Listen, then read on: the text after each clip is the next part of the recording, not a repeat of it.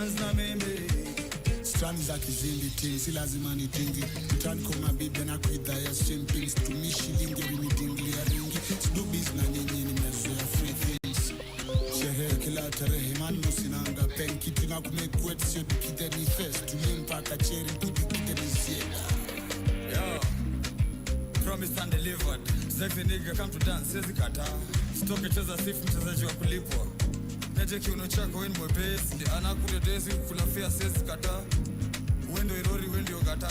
Dance kinyama pigwa Serengeti benje. Nilishow M7 that makende ni akinende. Serereke usiende, aluta bila kwende. Misheveve na sembe mpaka tengene. Leki watu wanaweka energy vizuri tamajani. Dance na mimi, zoni gani wanaleta maiza mabani tunaka vizuri. Dance na mimi, isha vile watu wanaweka energy vizuri tamajani. Dance na mimi, zoni gani wanaleta maiza mabani tunaka vizuri. Dance na mimi.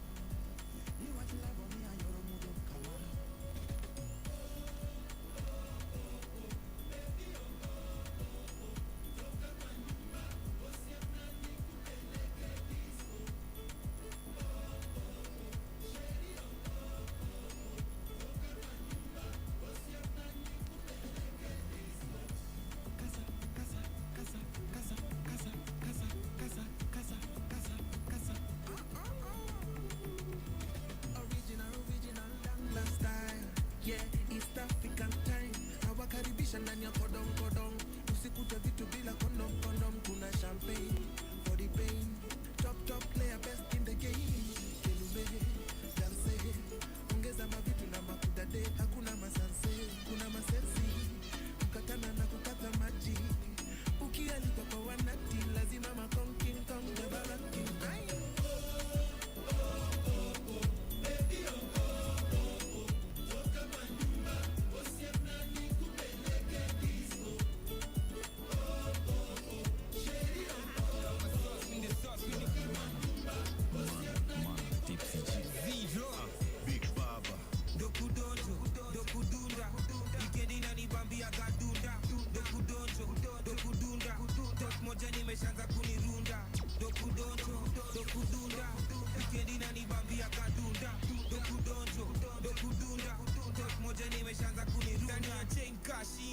nimedunga bling moja nono hadiwezi kujikunja ndo kudunda nikichuna kandovuni wapi nilikasunda nimekula viti nimedimbuka nchakula kikitu zimeripuka nikabole tennis ndo vile tunadunda tenje natumia ni matunda single sikai tena na tresuda ule nina nikokona akona mbuda alutande na donjo kudunda nyongiwe dimsta kikuchomeka kuja Gota tena strictly makwela no other gender Gota tena petit ndo inaweza but bigi ndio napenda selector nini hizo unacheza kwa umeshindwa na mboka wesema twekea Lexa one lege twende rusha mkono mbele gut ni lele na kwanga fiat sele aluta ina donjoka wet fry na roiko rainfall za kizink na zimetoka kia Michael chingi kwethe big baba kwa disco ninaosapeleka ngat na wote wanaitwa shiko wa Nax shiko wa Kiambu shiko wa Juja shiko wa Embu kuna shiko misi juu ye udu nyapi itafanya rura show na kucha very soon dokudunda weekend inanibambia gadunda dokudonjo.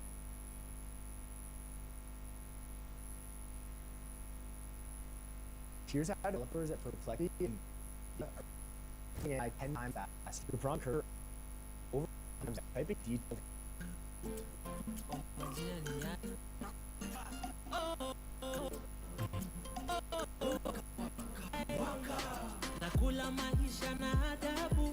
enjoy burudani kuna dokudunda moja nimeshanga kunirunda dokudunda wikendi inanibambia kadunda dokudonjo dokudunda moja nimeshanga leo ni Jumamosi, saa ni saa 6. Nafika ile siku ya kukubali mimi ni chita.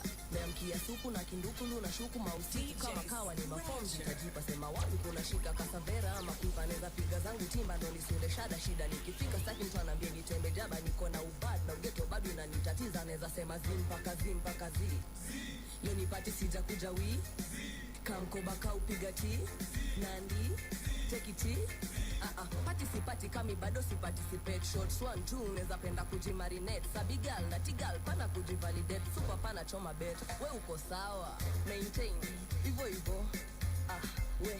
hivyo maintain hivyo slewe sana hivyo we hivyo slewe sana hivyo hivyo usichome sana hivyo It's DJ Scratcher.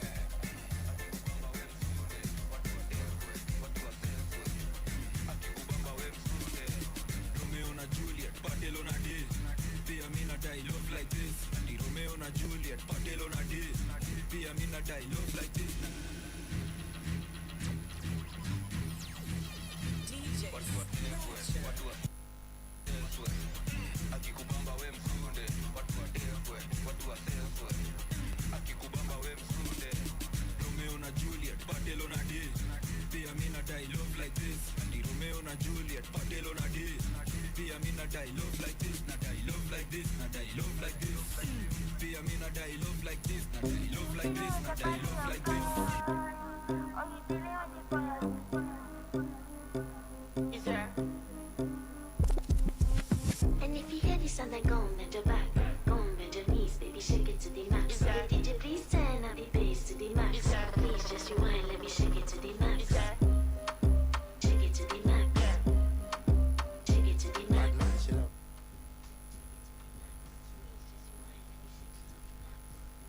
Bad man, she love. Bad man, she love. Bad man, she love. Yeah. Bad man, she love. Bad man, she love. Yeah. Bad man, she love. Bad man, she love. Yeah.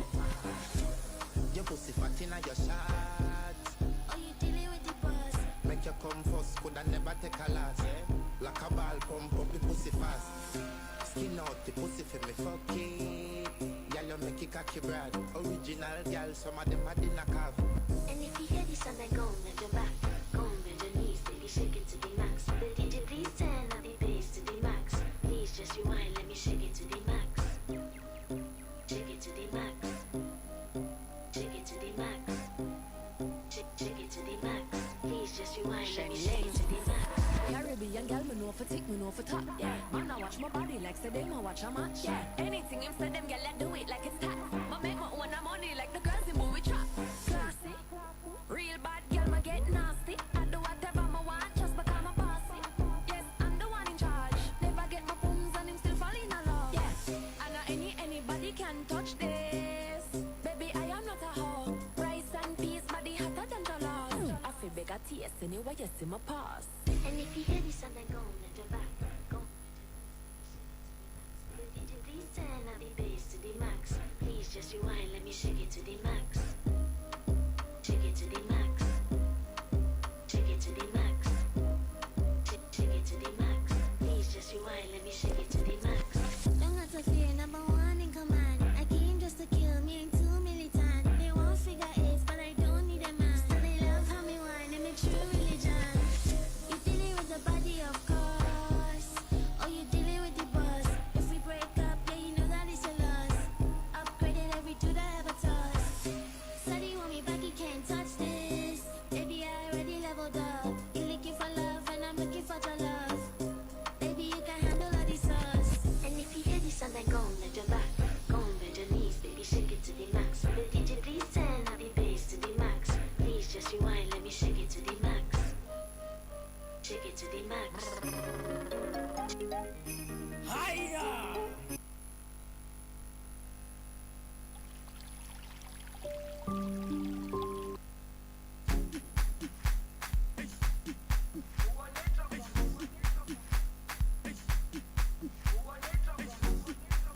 Mic check.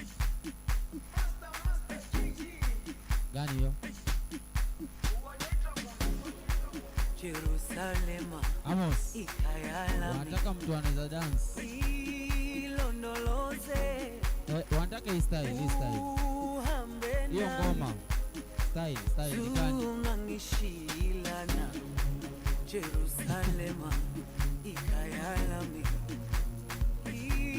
ilondoloze uhambe nami zungangishilana dawo yami ayikolana buso wami awukolana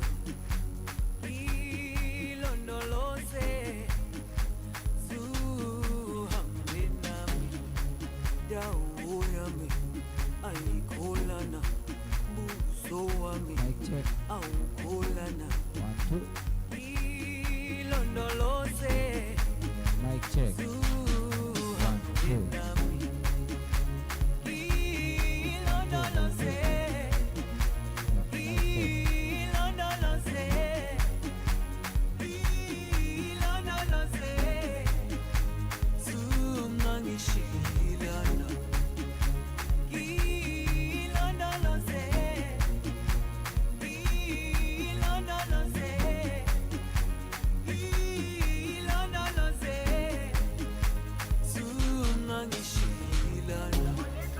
dawo yami ayikolana buso wami awukolana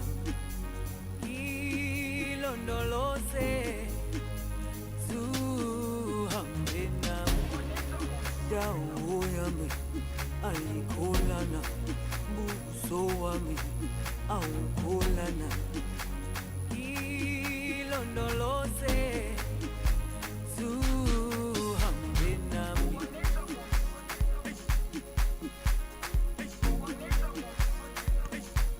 Oh, Barbara. Kuja dance venye unataka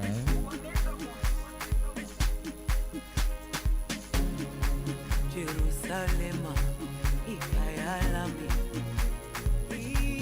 ilondoloze uhambe nami zungangishilana Jerusalema ikayalami ilondoloze DJ, shikilia. Before anzishe, kila mtu anatumia simu. So sijui tuko Hangout ama tuna chat. Rada. Habari ya asubuhi. Tuko salama sana hata mimi pia niko fiti. So DJ ataanzisha hiyo ngoma then tunataka mtu mmoja atuonyeshe venye hiyo ngoma inadansiwa. Sawa. Nani dancer hapa ndani?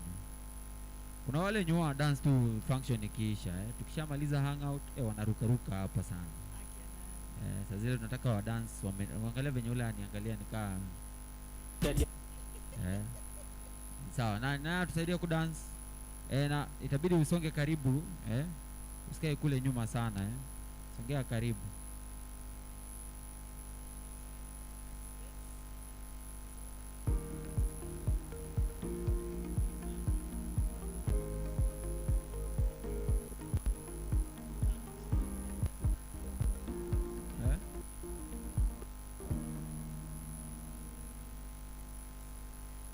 I learned that ChatGPT works best with detailed prompts, but I hate typing them. So instead,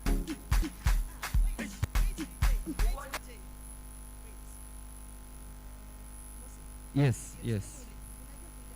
Nani mimi? Mimi najua kufinya keyboard. Kuna mtu akutuonyesha hapa kwa screen. Tumeshikanisha Mko poa by the way. Shida ni moja sijui kama internet itakuwa sawa. Kama internet itakuwa stable lakini mimi nishawasalimia nimewasalimia ama niwasalimie tena. Leo watu wameboeka ama mnataka tuendelee na Hangout? Wamesikia health data imeuzwa. Aya, ndio ana project, sijui tutajua. Eka sauti ya Jerusalema ikayalami bas. ilondoloze Alright. uhambe nami. Hiyo yenye ameweka ni mapilots bana. Najua Bella akigrow up alikuwa anataka kuwa pilot, so hostel. Shida ni height ndio ilikutoa Watoto wa first wana dance aje. Akiwa hao watoto wasitushinde wakiamua. Haya, kila mtu asonge songesha kiti usimame kidogo alafu tuweke simu. Changamkeni. Shamim, weka simu. Chap. Mwenye hataki kusimama anaweza nilipa kinipea 200 nakubali maketi. Kama uko na 200 unanipea. Shikilia kwanza. Kila mtu asimame. Vuta tu chair. Unaweza simama nyuma ya chair. Kama hautaki unanipea 200 nakubali unaketi. Amos, uko na 200? Wacha nichukue 200 huku kwa Benson. Naona Benson na 200 iko sawa. Pe 200 ama usimame. Basi tusimame basi. Kama hakuna 200 unasimama. Bro, 200 ama ubaki ama usimame.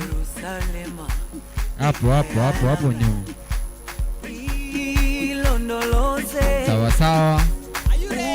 Uhambe nami. Eka full screen. Ilondoloze uhambe nami. Bas. DJ unaanzisha. Akona control. Akona nini? Akona control anaanzisha. Nani anaelewa hiyo kitu? Why is it not playing? Jerusalem. Good. Tuko. We'll all copy what you're doing.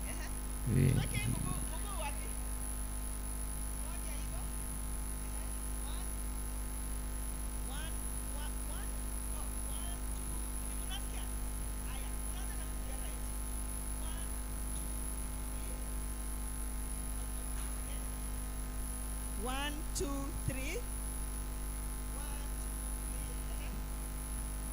Aya, Barbara. Let's try. Barbara pia amesema ushike mic vizuri Aya, sawa. Kusikii. Mnanisikia? Ama hii mic ndio inaniuza? Mnanisikia Kevo? Aya, sawa. Okay, right, your right leg. Okay, let's do 1, 2, 3. 1, 2, 3. Unaangalia wapi? Ati unaangalia nani? Let's try it again. Let's go. Are you ready? Ready? 1, 2, 3. Wacha kusimama kama mti Kuna mtu anasimama kama mti. George. Wacha kusimama kama mti.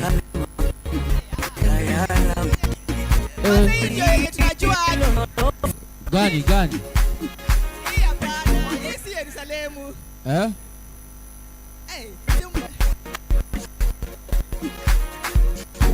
Sijui Amos ameweka gani? Amos. Hiyo ni Yerusalemu gani?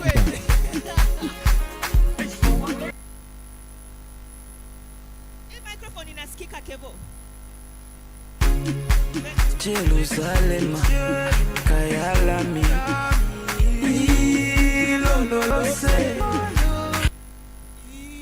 ilololote. Unasema nini Lyrics nani alisema anatupatia marks hapo? Naona watu wamesimama kama mti ilololote. Ama sijui wana mti. Sawa. Haya, sasa ile Amos anatutafutia wimbo. Hebu tu practice. We are starting with this leg, Kila mtu. Are you ready? Jerusalem There you go. ikayalami bas. ilondoloze Nimechujwa.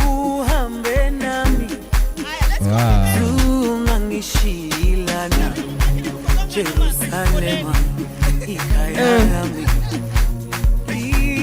ilondoloze uhambe nami zungangishilana Oh, Barbara. dawo yami Barbara. Nilikuwa dhani tuna hang out na youths. Hapa ndani hakuna youths.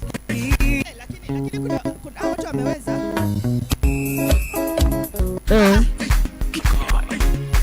Jerusalem ikayalami ilondoloze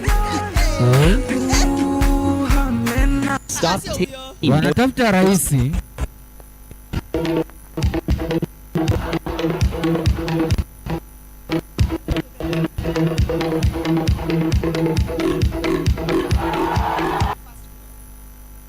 Watu wanatafuta raisi Jerusalem Haya ndio hiyo. ikayalami ilondoloze uhambe nami ikayalami ilondoloze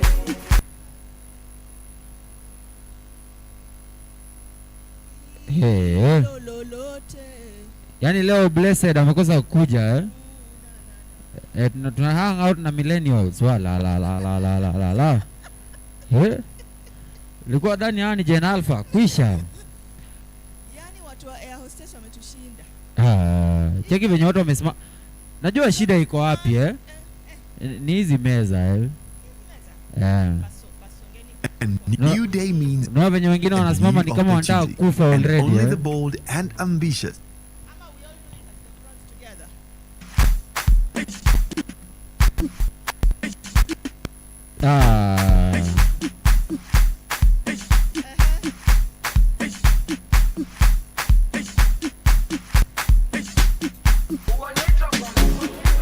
Jerusalem Ndio huyo sasa. Let's go. ilondoloze uhambe nami zungangishilana Barbara uko na millennials. ikayala ilondoloze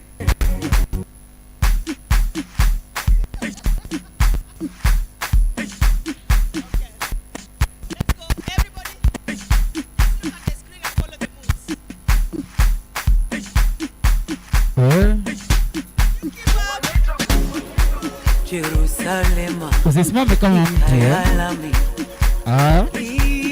ilondoloze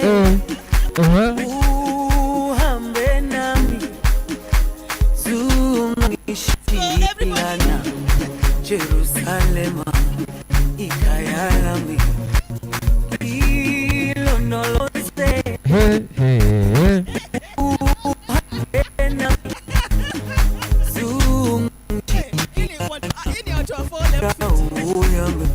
alikulana buso wami aukulana ilondoloze zuhambe nami aukulana alikulana buso wami aukulana ilondoloze. Baba, hao watu hawezi songa na hiyo ngoma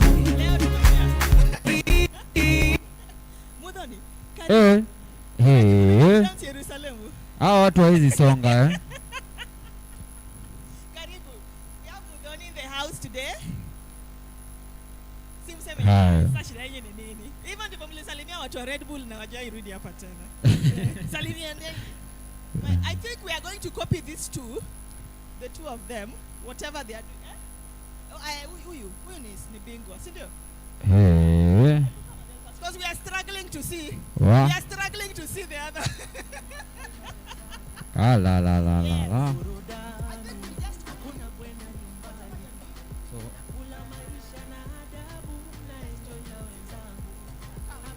Let's clap for them.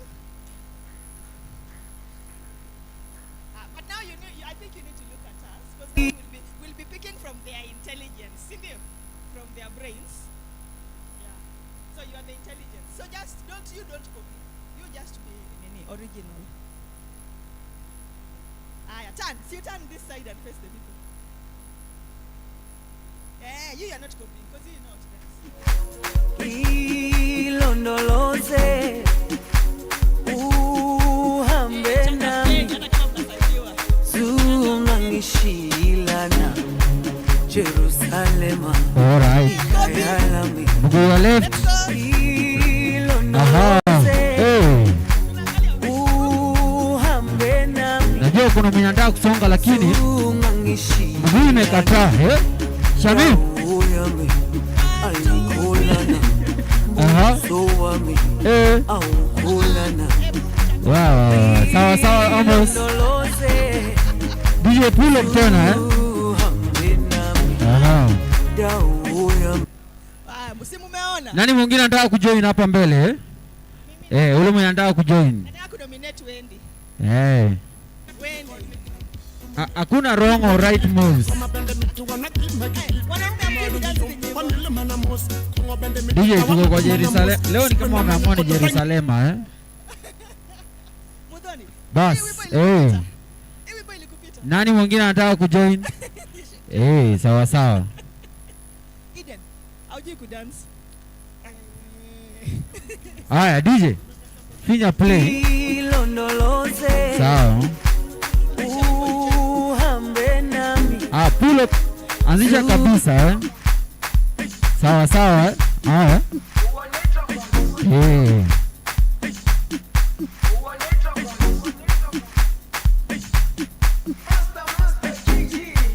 All right. Jerusalema ikayalami ilondoloze uhambe nami zungangishilana Jerusalema ikayalami ilondoloze Amos anasonga kwa kichwa. Uko sawa tu. Aha. Kabisa.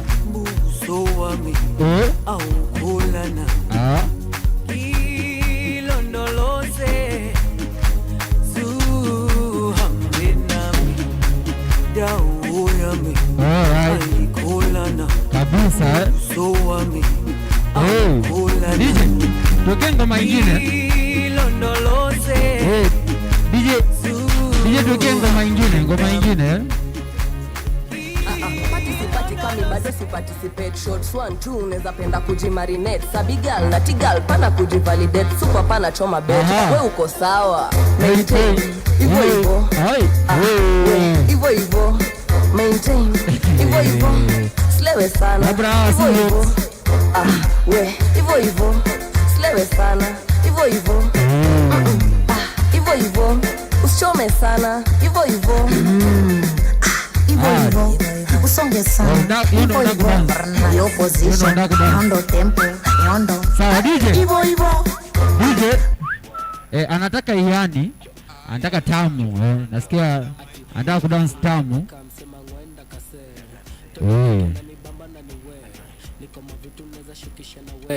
kama ni sema tuendelee shani kadia ni kama fall haya nakula maisha na adabu na enjoy na wenzangu hapa tu ni burudani hakuna kwenda nyumbani nakula maisha na adabu na enjoy na wenzangu hapa tu ni burudani hakuna kwenda nyumbani aya nasikia fiti tamu tamu nasikia poa tamu tamu wewe tu hapo leo kwa simu sipatikani siendi nyumbani sawa niko mteja sipatikani DJ shikilia unajua venye mimi hufanya si ndio mtu akijifanya yeye umekuja tu kuketi unaongoja refreshment hivyo ndio venye mimi hufanya si ndio Na inakuanga surprise. Ile siku yenye umeamua participate ndio mimi napeana sawa sawa. Ati what? Mimi upeana ile siku yenye umeamua participate hiyo day. Nakupea motivation. Sawa sawa. Now, nataka tufanye activity moja kwanza, nisaidie Mike. Before Barbara anze. The activity is very simple. Don't say yes or no. Sawa sawa. Usiseme yes or no. Tutahave a conversation mimi na wewe. Kazi yako ni usiseme yes or no. Sawa sawa? Acha tuanze kwanza na Barbara. Barbara. Mambo. Unaitwa Barbara? Mimi naitwa Barbara. Jina lako nani? Jina langu ni Barbara. Oh, you're Barbara. Yes. I say don't say yes or no. Don't say yes or no. Sindio? Ni rahisi sana. Nani anataka kujaribu? Don't say yes or no. Sawa. Barbara, unaweza have conversation na yeye as long as aseme yes or no. Mambo. Poa. Ati data ni nini? Ni information. Umesema ni information? Ndio. Okay. Ukiamua kuzungumza kwa Kiswahili. Ukiamua kuzungumza kwa Kiswahili ndio ni nini? Si ndio? Ndio ni nini? Umesema data ni information? Okay. Na leo uko kwa Hangout? Ndio kwa Hangout leo. Leo uko kwa Hangout? Niko kwa Hangout leo. Umekubali? Nimekubali. Barbara, ongea na English. Okay. Hiyo ndio itakuwa rahisi sana. Hangout today? I'm at the Hangout today. It's true. It's true, yeah. Ati the president sold the data? I think so. To USA? Maybe. Is it a good thing to sell data? I think it depends. Trump is the president of USA.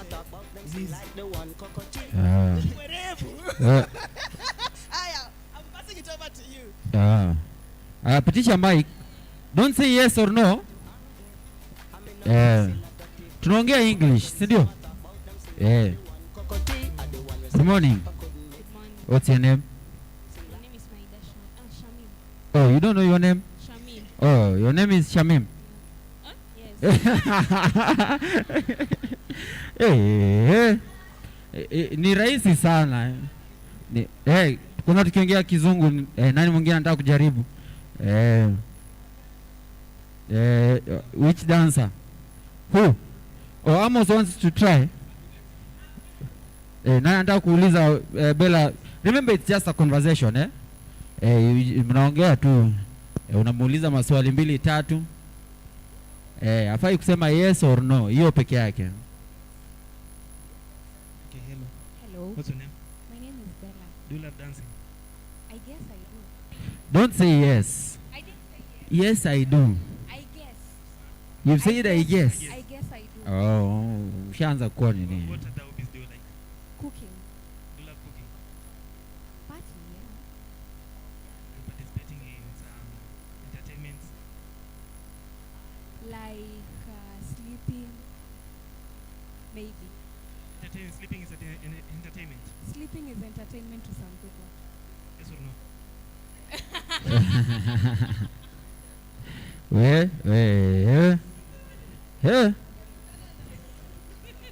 Bella, good morning. Good morning. Yeah, what's your name? My name is Bella. Your name is Bella. Correct. Oh, correct. You're supposed to say? Don't say. You're not supposed to say yes. I'm not supposed to say yes or no. Oh, yeah. Don't say yes or no. You just said it, it's very simple. Mtu mzuri. Nani anaweza kuangusha msee? Yaani usipatikane. Unaona vile kuna bidii ya kuwatoa rangi hapa. Hata sina bidii. Kuna soft tu. Hiyo somo mbili. Ama unasema nini Acha ni George. Haya, zungumza na Wendy pale. Asiseme yes or no. Ongea na English. Are you Wendy? Hey DJ, hey. Ati? Of course. How long have you been here? For like 7 months. 7 months. Okay. So tell me, what have you learned so far? A lot of things. What things? Wait. So far as in classes, am I AI? In AI? Or in AI? Many things like creating websites, how the AI helps the community and other blah blah blahs. Is AI a good thing to use? Absolutely. So, Wendy. You know George, yeah? Do you know George? I know him. You know him? Oh. From where? Oh, from here? Absolutely. People are taking time, eh? People are thinking, they don't want to just have a normal conversation. You know, now we are speaking and you have to think before you start speaking, eh? But you have to think so that you can speak. Or you have to think so that you can speak? Yeah. Yes. Very nice, very nice. Yani imekuja tu peke yake. As long as it's a normal conversation, utajipata tu unasema, si ndio? Ati no. Don't say yes or no. Yes, no. You are ready. Twende kazi. Sawa. Nani anataka kuhava conversation na Amos pale? Twende kazi. Yes, Wendy. Hi. Hello. What's your name? Amos. Do you have a girlfriend? Exactly. What do you mean exactly? Pardon. okay, what is that? Pardon. Oh, Ati? Pardon. Oh, pardon. Pardon. So Wendy, go. You continue, eh? I continue. Is she 18 years and above? Obviously. Is she campus? Yes. Don't say yes or no. Anyway, anguka vibaya. Ni rahisi sana, eh? How long? Wewe ndi sawa. Yeah, personal. Sawa. Today being the last day, yeah? So we just start from here, as I believe the facilitators are preparing. So you just tell us your name, then tell us what you've learned within the 6 days we've been here, sindio? And normally, we start from here, sindio? But today, we start from the back. Ama namna gani? Yes? Or you want to start from here? Shida iko wapi?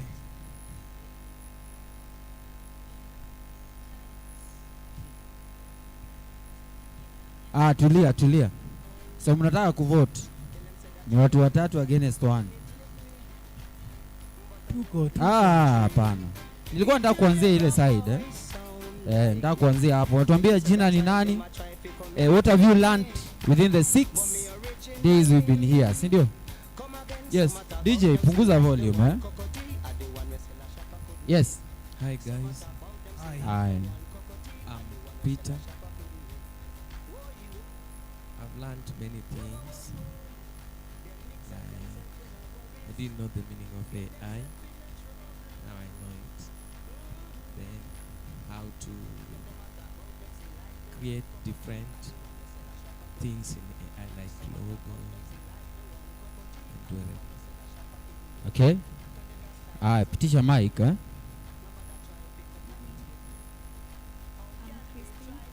Tunakusikia kweli, eh? Amos unamsikia? Tumsikia hata.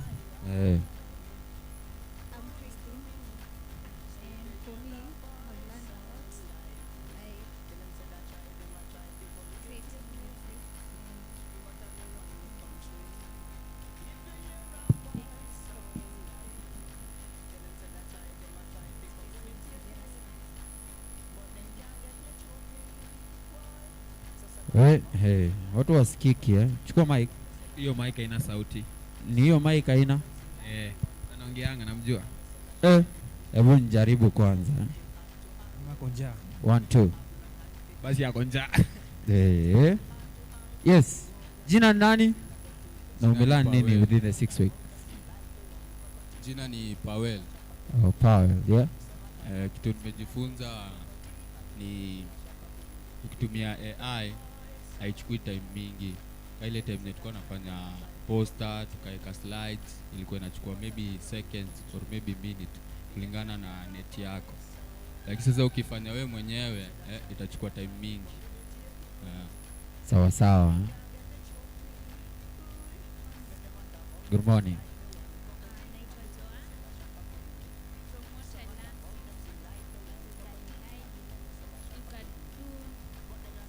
Problem solving, like another time for an issue class for my accounts and time, and yeah, to create things like video content, yeah, create websites. Sawa sawa Yes, pitishia fan wa Manchester Poa sana Kwa majina ni Mwovi. Aha. Mimi nimejifundisha hapo Kwa kwa certificate. certificate. Hapo ni wapi? Tunazungumzia AI Hangout. Umejifunza Unajua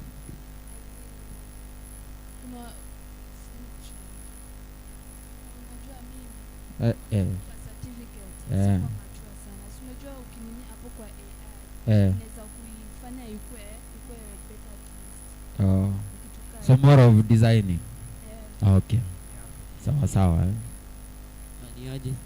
Poa sana. Majina ni Deno. Nimejifunza AI hapo kwa tengeneza logo kutumia Canva. Umejifunza kutengeneza nini? Logo. Kutumia? Ukitumia nini? Canva. Canva AI. Yeah. Okay. Alafu hata hapo problem solving. Aha. Kutumia kutumia Lovable. Alafu create link. Sawa sawa Yes. Niajeni. Poa sana. Naitwa Victor Anjala. Aha. Na juu program ilikuwa ya AI. So nimelearn a lot of things relating to AI. Kama to make my work easier, create designs, so websites. Na tena nimejifunza skill ingine, teamwork. Sawa sawa. Good morning. Morning. Morning. Mimi naitwa Bella. Sitakuwa na uniform. So Kenya nililearn the previous time nikiwa ni AI inaweza tusaidia to make our work and our lives easier. So tunafaa ku integrate AI in our life and in our spaces. Sawa sawa. Good morning. Good morning. Yeah, naitwa George and I've learned a lot of things here. Especially in developing in dev world. Like to me nimekuwa mostly nikisaka the best AI I can use to make apps and webs, and mostly nimekuwa ni focus na Gemini and those big names. But last week was a game changer because I thought about Lovable. You siko na idea now kama is that perfect. So I've used it like even like all week I've just been there on Lovable. And I found that it's just and nimejua it's just great things to use like as a developer, and it played a huge role in my career. Very nice, very nice. Niajeni. Babro, umesema nini? Anaitwa Amo. Na what I've learned through the course is that AI can really simplify your life. Kitu yote unafanya you can use AI na itakuwa 10 times easier. Yes. Sawa sawa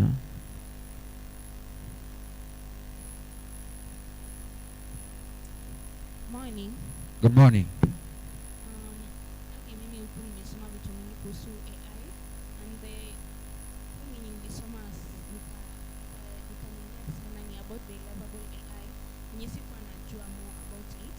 Na I also learned that you can use AI in running your business, and also you can use AI in creating website development and doing many things by using AI. Sawa sawa. chai leo? Ah. Masaa. Tuko na time. Wanafanya fasting. Nasikia wanategemea Red Bull. Hiyo sasa. George anasema anategemea Red Bull. Hi guys. Hi. Okay, my name is Jamila, and I've learned a lot from AI. Sikuwa najua AI you can use AI to make a song. This site called Lovable, it's new to me. Sikuwa najua you can use it, but now that I have learned it, I'll be using it. Yeah, that's all. Sawa, very nice, huh? Sasen, Poa sana. naitwa Blessed. AI hata kama tulishaluzo kupata kazi. Usichoke. Hizo platforms nilikuwa natumia AI ni platforms nyingine zenye naweza tafuta kazi. Sawa. Sasa Poa sana. naitwa Zera Aha. na nimejifunza na AI kutengeneza websites, posters na logo. So sasa uko na website yako? Oh, bado. Wewe na Babro, umesikia kenye Blessed amesema eh? Ame lose hope na kupata kazi.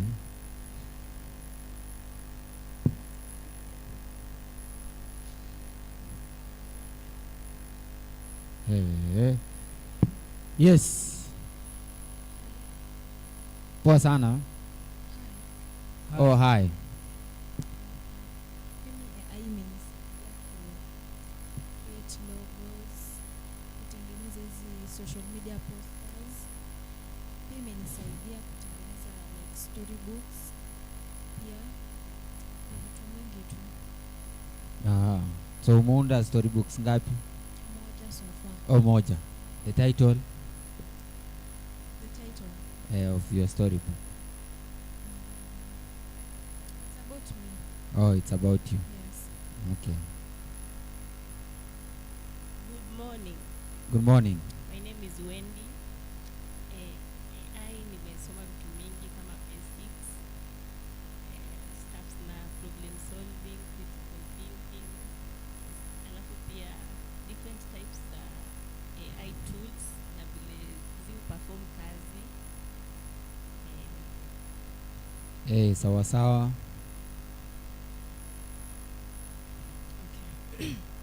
Saseni. Poa sana. Kwa majina naitwa Diana. Mi ni Melan AI imenifundisha vitu mob sana sana kwa shule. Kama sielewi something naweza uliza AI ni explainie more. Another thing naweza prompt picture, Yeah. niletee video fulani yenye nilikuwa nataka. Yeah, I appreciate for that. Sawa. So before nipatie Barbara mic, nataka tukue AI, si ndio?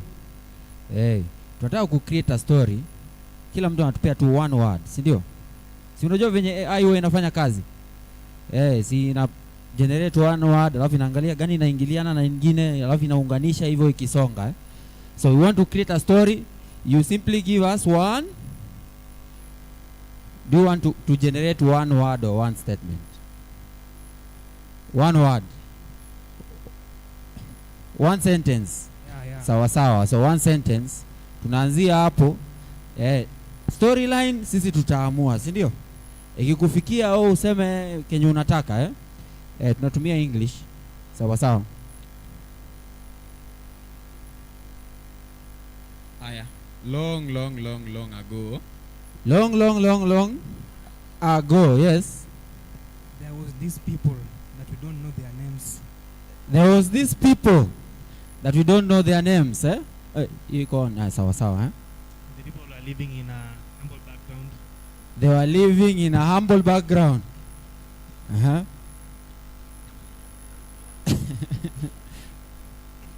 They used to depend on hunting and gathering for Yeah, food. they used to depend on hunting and gathering. Very nice, They don't have clothes. Yeah? They don't have clothes. Yeah. So they don't have clothes. Any sentence you want. It's a story. We don't know where it's going. We just know it's long time ago. Yeah. Uh-huh.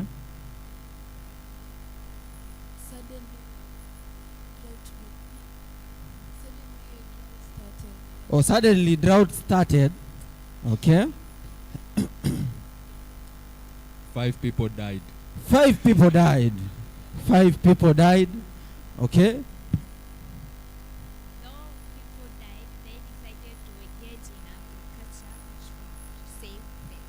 Yeah, even though people died, they decided to engage in agriculture, which saved them. Uh-huh. They have money, but they did not know what to do with the money. They had money, but they did not know what to do with the money. Eh? Very nice. They used to go to the market. They used to go to the market. They lived in caves. They lived in caves. Okay. They used to go to the market. Remember, they had money, but they didn't know what to do with the money. They went to the market. They lived in caves. Okay. Yes.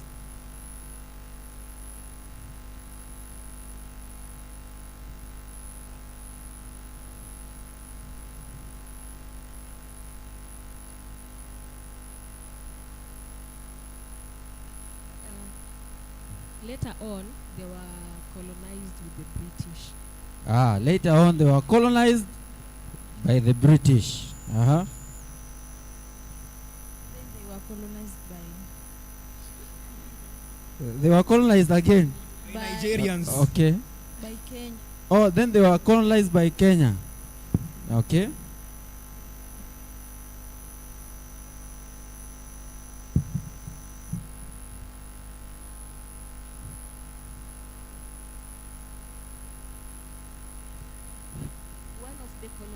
Was called Wendy. One of the colonizers was called Wendy, eh? Uh-huh.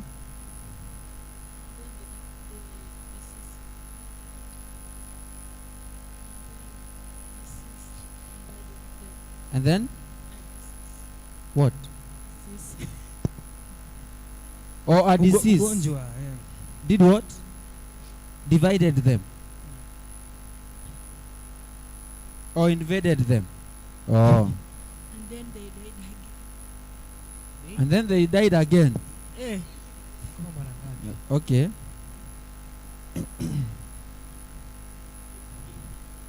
As they continue living, they had the innovation of AI, and they use AI in making their work to be easier. And they started getting the use of money, and they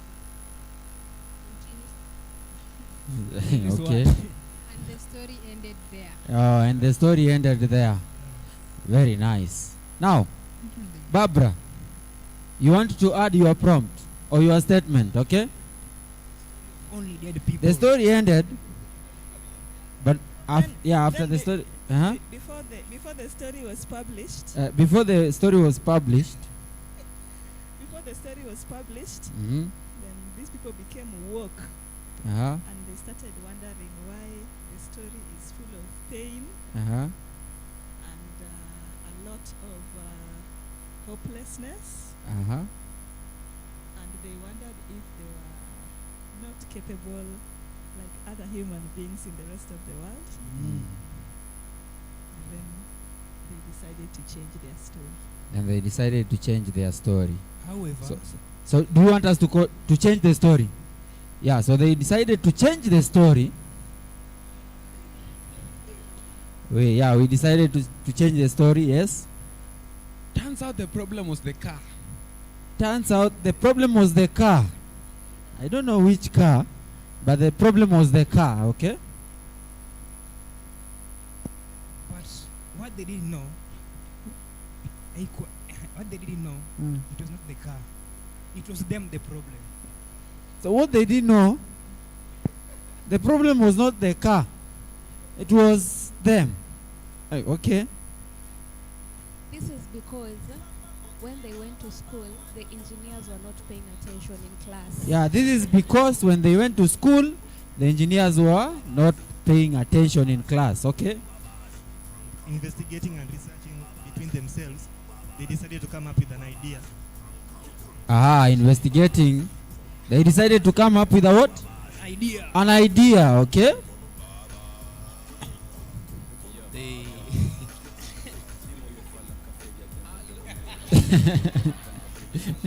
with an idea. They came up with an idea, huh?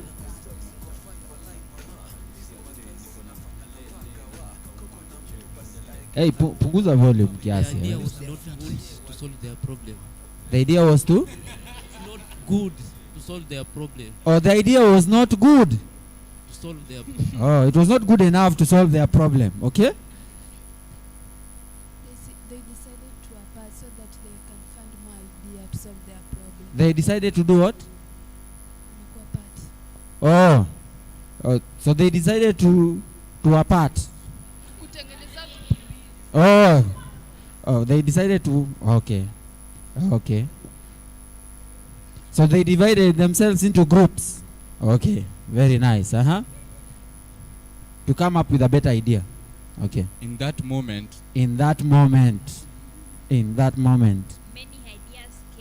Many ideas came.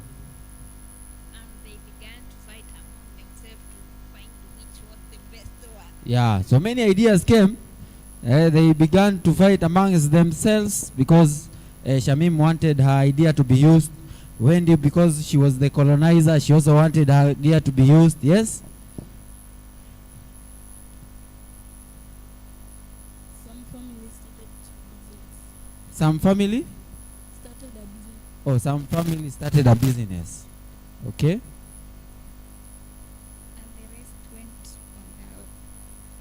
And the rest? Or the rest departed. Okay? Give it to her.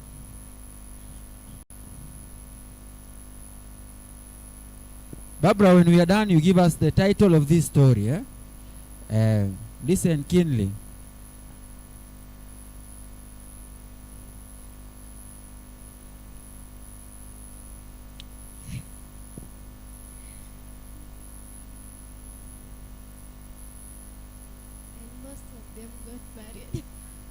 And most of them got married. Huh? Most of them got married. Then the story became boring. Then the story became boring. Yeah. The story became boring. There came a person called Palmer. They came a person called Palmer. Ni yule Palmer wa Chelsea ama? Oh, yes, Palmer. And he met a girl called Sancho. And he met a girl called who? Sancho. Ule wa Manchester. Sancho. Met a girl called Sancho ama Sancho or Sanchez. There's a girl called Sanchez. Okay. They both discovered about the AI. They both discovered about AI. Okay. One day. Ati? One day. One day. They came up with a good idea. They came up with a good idea. They invented, the idea was to invent a tool that they can use to solve their problems that they have. The idea was a tool. To create an AI tool that can solve Very nice. Okay.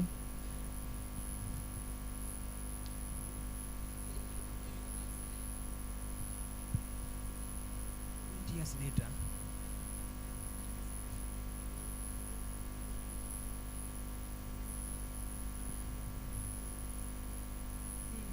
And the tool worked out very well for them.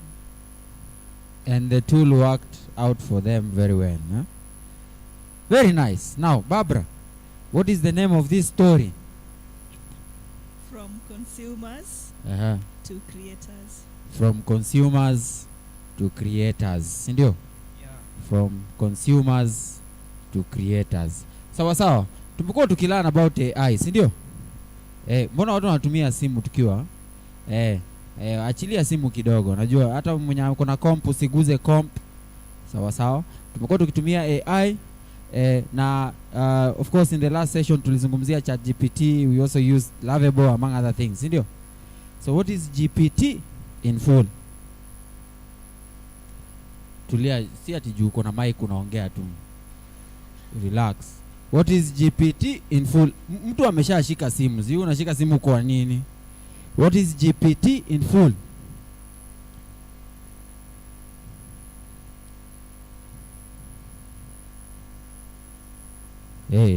Tumekuwa tukihang out 6 days. We can say nimesikia Bella amesema iko na technology. Hiyo ni technology. Yeah, very nice. Okay.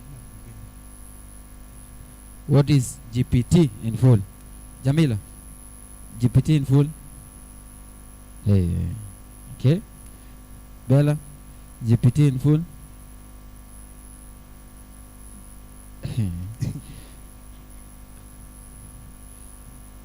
You have a different answer?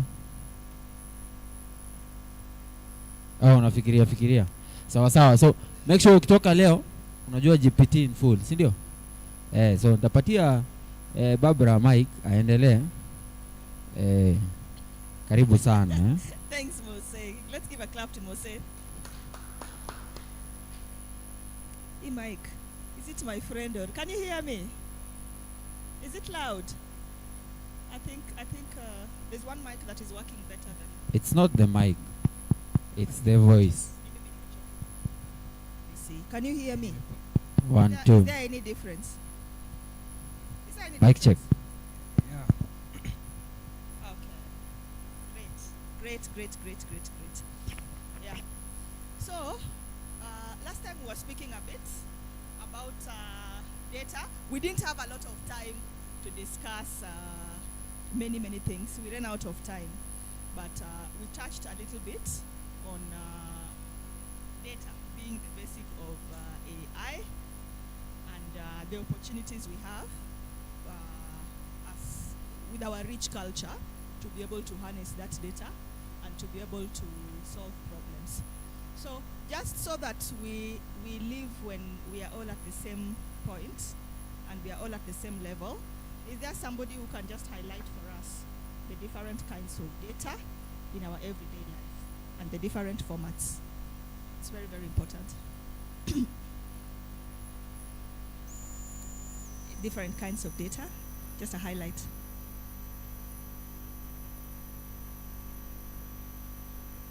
Oh, good morning once again.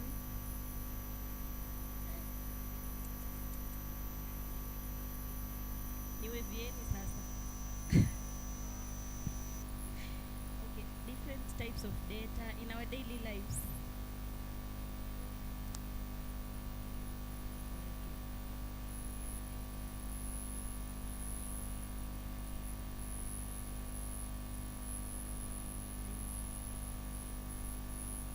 We have numerical data, we have audio data, the visual one, text. I guess I know this one. Very good. We have, she said numerical, audio, text. Did you say image? Okay. There's also image. Visual. Yeah, the visual kind of data. Any other that we are forgetting? Any other that we are forgetting? Video data. Yeah. Personal data. Okay, the ones you've described, numerical, text, video, audio, I think we've described them according to format, the packaging in which they come. Then she's introduced something about personal data. Because now after all this data is collected, then there's the data which there's something called governance, where you say this is how this data will be used. It is right to access this data. It's not right to access this data. And then now, that's where personal data comes in. So even when you go out there, you'll be hearing a lot about personal identifiable information. For those of you who will be involved with data collection, you'll hear that a lot. And it is being governed by which law for now? It is being governed by which law or which policy for now? How somebody's personal data should be handled?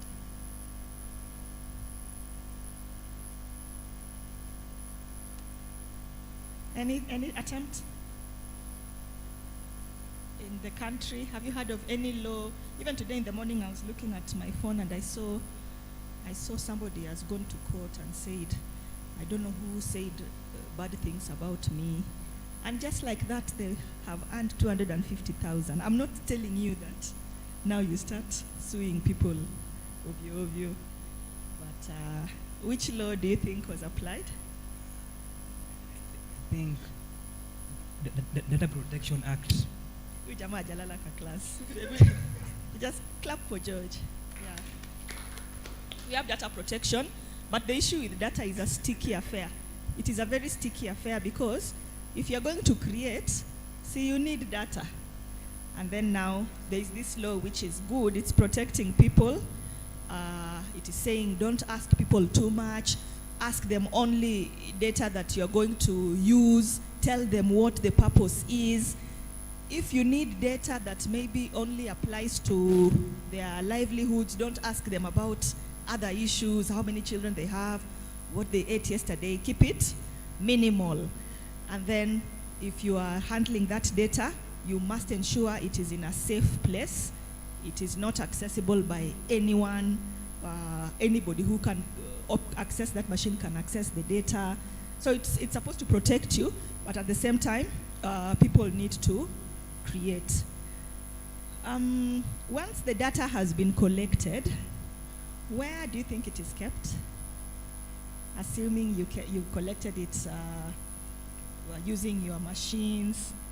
Nowadays, you know, the smartphone, the phone that you have, allows you to do a lot of things. But assuming you want to create something, maybe you even want to check, let's say right now, there's a study being done, a research being done. Research normally requires a lot of data collection, and I see a lot of you young people getting jobs as research. What's the name for it, Mudhoni? The one that people are normally hired who can be able to collect data in the research team. Data? Yeah, the ones that Dr. Ojira always hiring. Enumerators, but there's normally a research a term which is not very intimidating. Is it research? Okay, let's just call them researchers.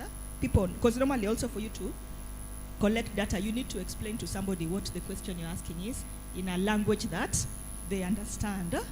So once you've collected that data, where do you think data can be stored? What places have you had where data can be stored? You have to say something? You told us your name. My name is Peter. After collection of data, they can be stored in servers.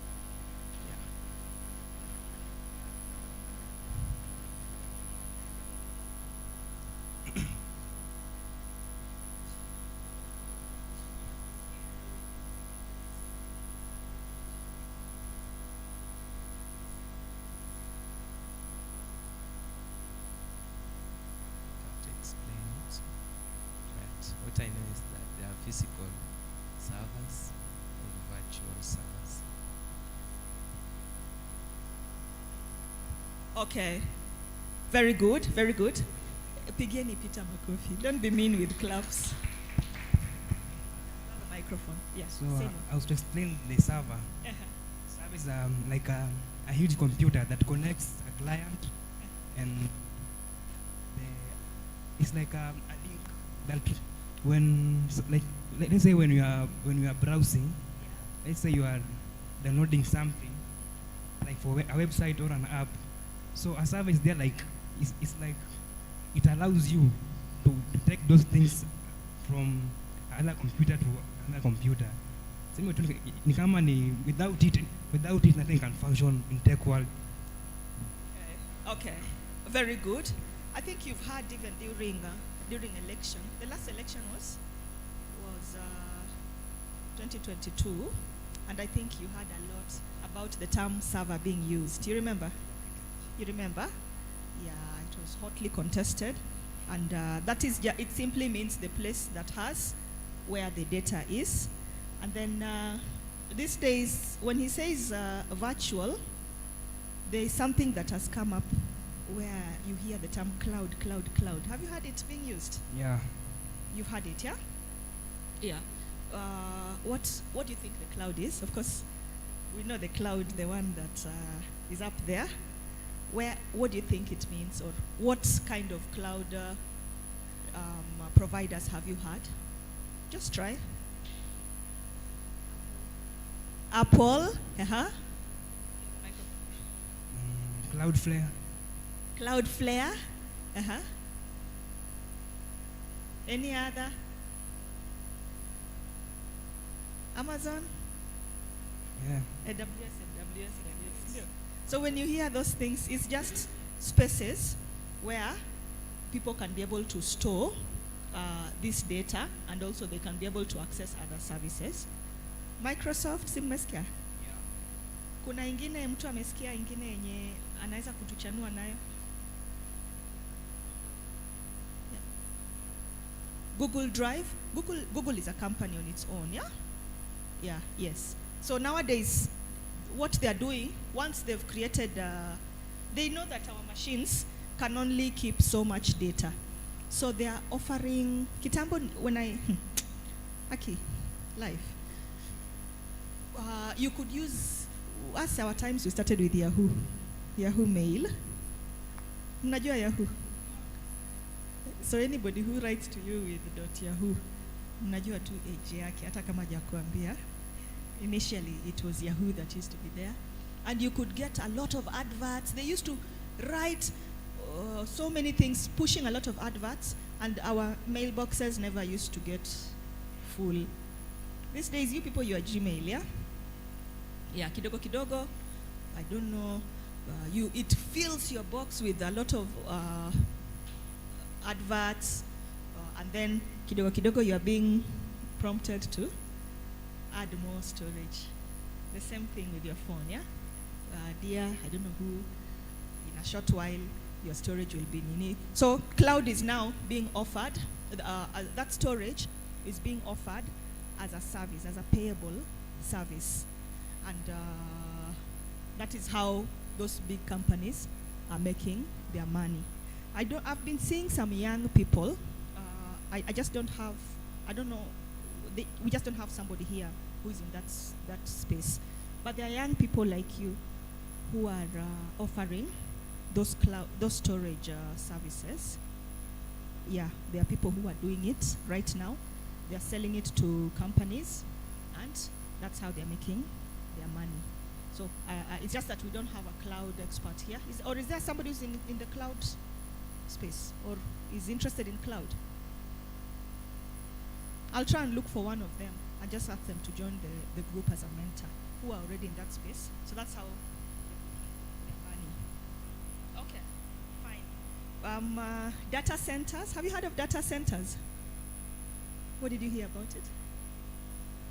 I was watching one day news at BBC, and I saw them talking about the data centers. So they were saying that it was like they were interviewing one of the workers there, telling him if their data of that country is safer. So the guy was just explaining to them how it works, and they must just accept that they are safe. The data is safe. No one can access them without their permission. Okay. So what I'm getting from you is it's a place where data is also being stored and is being processed and is being governed. So for AI, normally you need a lot of data. See, that one you understand? You need a lot of data. You need a lot of data. I'm not saying that if you don't have so much data, you're not able to come up with innovations. As long as the idea is in your mind, you can be able to work with even the little data, even if it is not clean. As long as you have an idea of what value you can get from some data, nothing stops you. You can still be able to experiment. But now the kind of AI that has can be very, very accurate.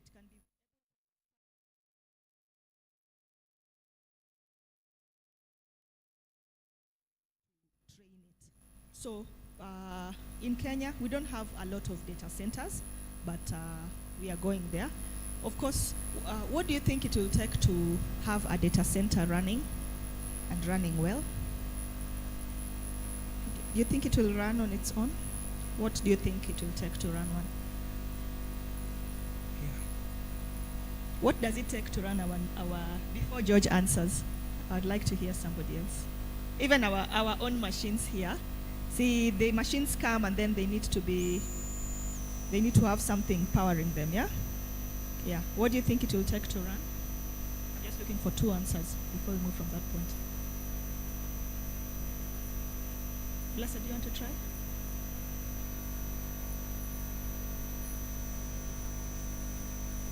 The way our story ended well. What do you think it will take to try to run the data center? You want to try? Maybe the servers. You need to have the server.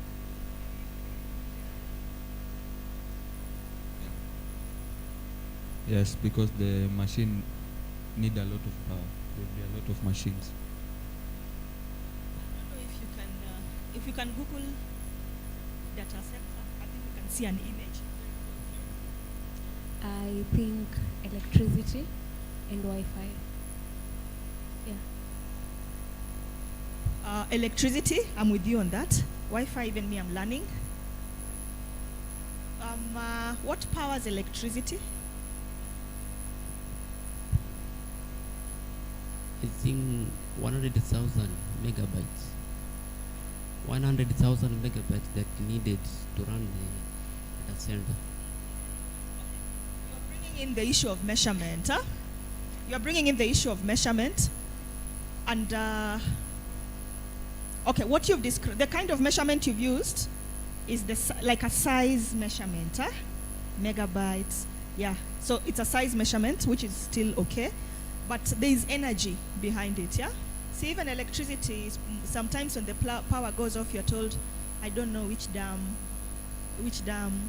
what has happened, and so there's a national blackout. So you know that, huh? Yeah. Yeah, so the same things happening here. And so those are some of the things that are happening in this space. So when you hear data center, you hear server, those should not intimidate you. Can be processed and they can be processed the way it is required. The one time I tried to generate an image on this little machine of mine, then I had Blessing telling us about, do you know the tool that Blessing shared? The one that is used for generating video content. Okay, if it's not only answering, it's not Blessing answering, and it's not Daniel, yeah? Shamim, sorry. Does somebody decide to know what the tool she gave us? Wow, okay. Okay, what am I supposed to do? To hold it like this? Okay. Do you remember the tool that Blessing gave us for creating video? Do you remember? Yeah. What was it? I say loudly. You can Sora. Did you hear her? Okay. What did she say? Sora. And some of you said you've used it, yeah? Yeah, and you created the video image. There was another one that somebody mentioned on that day. Do you remember? There was another tool that was mentioned. There's another tool that was mentioned on that day. Do you remember? Yeah, say. Yeah. She said CapCut. CapCut. CapCut. Yeah. CapCut is for creating videos. More than is CapCut an AI tool, or does it have AI inbuilt features? Yeah, it does AI. It does, huh? Yeah. Very good. Premium? And standard. Amazing. Munasikia hizi tools? Yeah. Has anybody created a CapCut video that they can show off here? Jamila, if you come and show your skills here. Video umetengeneza.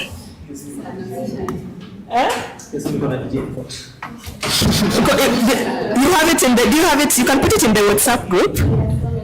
Yeah, you can, if you want, you can put view once, so that watu wa chap wataiona, watu yeah. Jamila created a video. Who else has created a video on CapCut?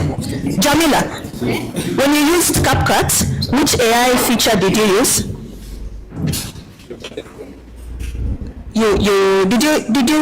It's premium, yeah? Yes. To access it now you have to.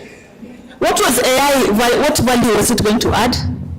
So that somebody would want to pay for those premium features? That I do not know because I've never used CapCut. Okay, all right. For those of you who are very good with videos, what do you think would go into the premium features? What feature do you think they won't give you so that they entice you to pay for it? I'm saying, let's assume you've created a solution for people to edit their videos, yeah? Think like a creator, yeah? What features will you say, now here, pay me 50 bob, and then you can access this feature? What is a good video? I think that's what I'm simply asking before George answers. Wendy, you want to give it a try? Those of you who are very good with videos, because that's a skill not all of us have.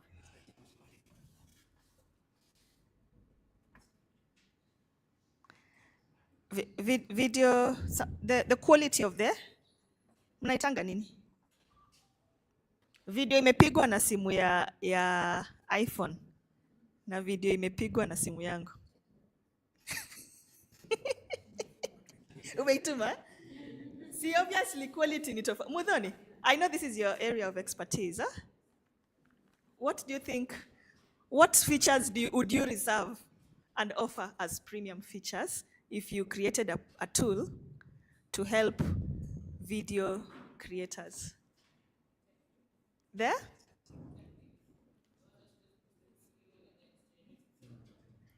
Say loudly. Template. Mumesikia? And it is true. A lot of these tools, they give you templates, yeah? Then they tell you this is basic. Then for you to access this one, so that you don't have to think, you offer it as a value and you charge something small for it. Jamila, you've put the video in the group. Are you connected to Wi-Fi on your phones? Yeah. Are you? Ebu tuangalie hiyo video ya Jamila.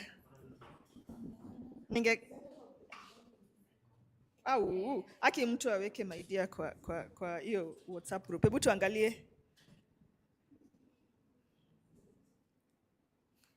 Is this video, okay, the one that you're projecting, do you have WhatsApp on web? Okay, let me see the video that, check on WhatsApp, huh? Let's see.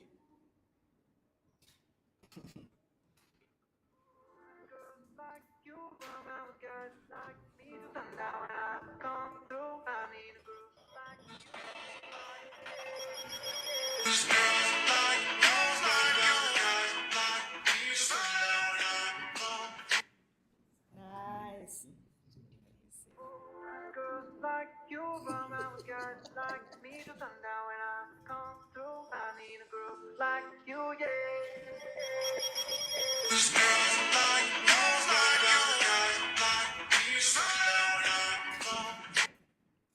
This is good. This is really, really good. So you used CapCut for that. I'm assuming if you're a video creator, the way Jamila has done her video, you might want to put her in different environments in the space. You might want to put her, just doing the same things, but with in a totally different environment from where she is in. So I think there's that. Then I think also the quality. A video is as good as how clear the images are. Sindio? Yeah, so I think those are options. Okay, great.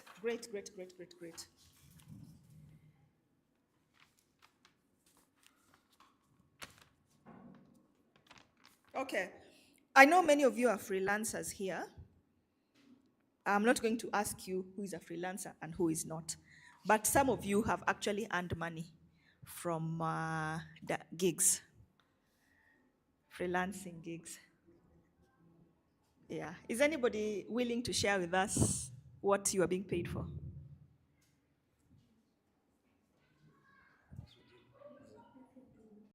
Is anyone willing? George? Okay. Mine was I was doing for it was a job for a person who is in Singapore. So he told me that to search for websites that are selling flowers around Europe, and he told me that each country I have to give him like 100 websites per country. So so my job was just to go research, then put the data in order, and then it was I was putting it in Google Sheets. So I put like a section where the name, the company, the name of the owner of that company, the company name, their email address, and the features that the website has. So it was that way. How long did you take? Take me like 2 weeks. 2 weeks. Yeah. And you were working differently in the streets, yeah? It wasn't that good money. Okay, all right, great. Amazing. What do you think they were going to do with that data? Yeah. Just as a by the way. What do you think they were going to do with that data? In that data, I was just to me it was to rearrange it, because when you are researching something on internet, like using those scrapers, they can't give you an exact order. So my job was just to scrape, then put it in a great order, and then there's some website that you can't find their email address that way. So you have to go dig deeper to find them. What did you use to scrape? I used instant data scraper, instant Inaitwa nini? Instant data scraper. Instant data scraper. Yeah. When they say data scraper, are we together? Do you want to, Amos, you say a bit more about what that means? Data scraping. Yes. Data scraping basically means you go into a website, then you use that tool, data scraper, to get information from the website, basically. What do you do with that tool? Are there some things you define, some keywords? Yes, there are things we define. So, okay, when scraping, there's a procedure. We call it recipe, like Swahili. So from the recipe, you can define what you want to get from the website. You can say you want the name of the companies, in this case, where they are located, their email address, their phone number. Yeah. So the instant data scraper does that for you. It goes into the website, looks up the companies listed, their email address, then it gives it to you. But like I said, there are areas, there are situations where you can't find their email address, so you have to go and search for them manually and add them. Where will you get them? Still from the website only. Okay, the data scraper can only give you information that is there, but once you click it, it kind of doesn't give information once you click the clickable button, right? Like there's like some website you cannot they cannot allow you to use that scraper. Ni kama hapo function hapo, it's like they have put a barrier, it can't access them. So they have to go manually and look for that data that you want. Is Ngweno around? Ngweno. Ngweno. Yes. So these websites that people cannot scrap data, I have remembered you because you're the one who highlighted the issue of cybersecurity. Yeah. Yeah. See, are you seeing an aspect of somebody has become, amepewa kazi yako, hakikisha security of access of that data in that website? Yeah? Yeah. So I think somebody in cybersecurity is just doing their job. How many people are interested in cybersecurity here? You know, it's a competitive world though. Yeah, cybersecurity. Okay, very good. How many? 1, 2, 3, 3, 4. Are you taking any courses around it?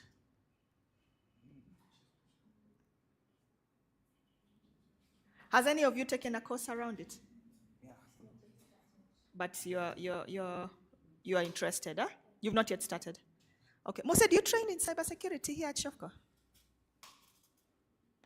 No. Okay, so.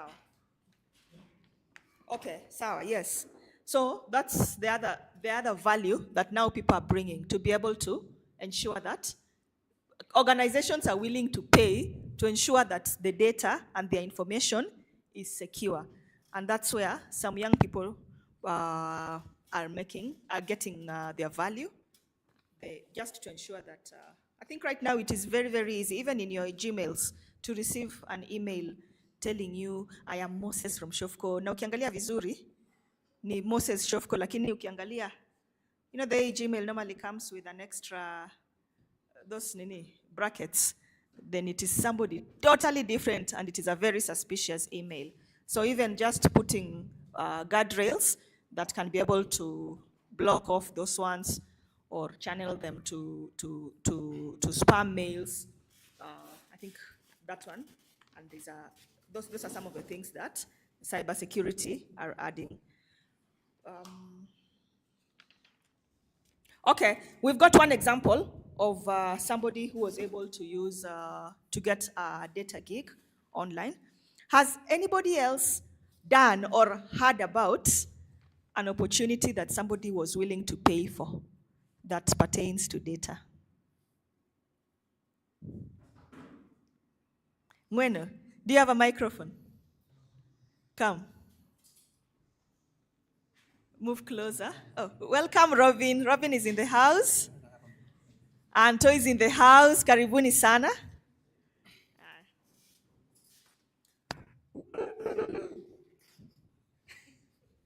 Now, I don't know if you specifically referring to online opportunities. Just related to data. Okay. Now, I think part of what I'm interested in doing is translation. Specifically, I'm an enthusiast of Kiswahili. So I think I happen to translate some data for research firms like Ipsos and TIFA, where the one I think was on, there was a job that was on Excel sheet, some questionnaire, some questions, survey questions I translated on Excel sheet, where I created, they gave me data for English questions, then I created space for Kiswahili translation. Then there's another hard copy, like they would print their questions on A4 papers. Then I would translate and then convert it into software and send them to them. Yeah. Translating from English to Kiswahili? Yes, English to Kiswahili. So they were paying you for your understanding of the Kiswahili language? Yeah, and translating. Okay. Yeah. Then you need to put it also in soft copy? In soft copy. What tools were you using? Actually, it's just Word. Word and Excel. Because those are, I remember there was a time I also used Google Sheet, like they would share their documents on Google Sheet and then I would upload and use the same and send them to them. Okay. Yeah. Did you use any tools to make your work easier? I think by that moment I was not that much conversant with the AI. Yeah, so I think I tried using online translation like Google, but what they were bringing for me, I think it was below bar.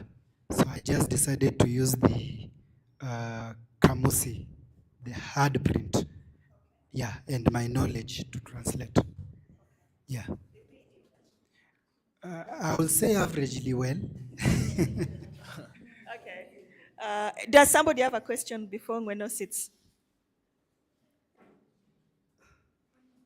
Eh? When you couldn't use Google Translator. Google Translator. Okay, yeah, like Google Translator. That's what I was saying, that I tried using the Google Translator or something. I don't know if they've like improved their content, but according to how I know Kiswahili and the content I was getting, I think I was like, I cannot use that, because the challenge that I got is most of the translation were almost direct,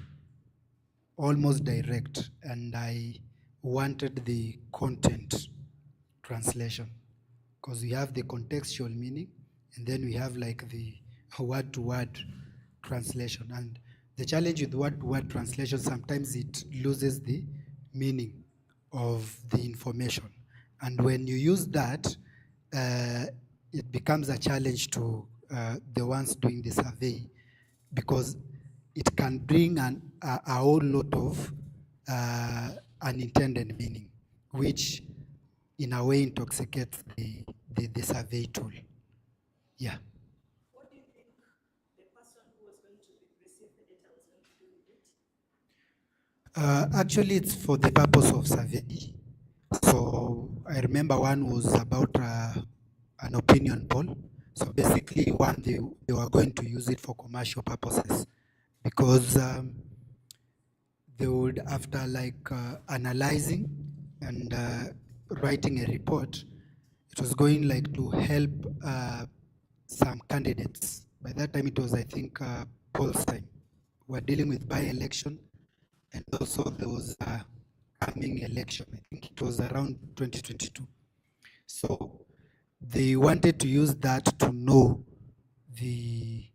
their position in the views of the electorates, like how famous are they, and the competitors also, how like popular are they, so that they can also make informed decisions. Then when it comes to governance, I think either the opposition or the government side wanted to know like what they can do, for example, the challenges that the electorates are facing, so that they can have a policy that is going to, for their campaign rather, that is good, the way they will package their campaign, telling them like, this is what we are going to address based on the electorate's views.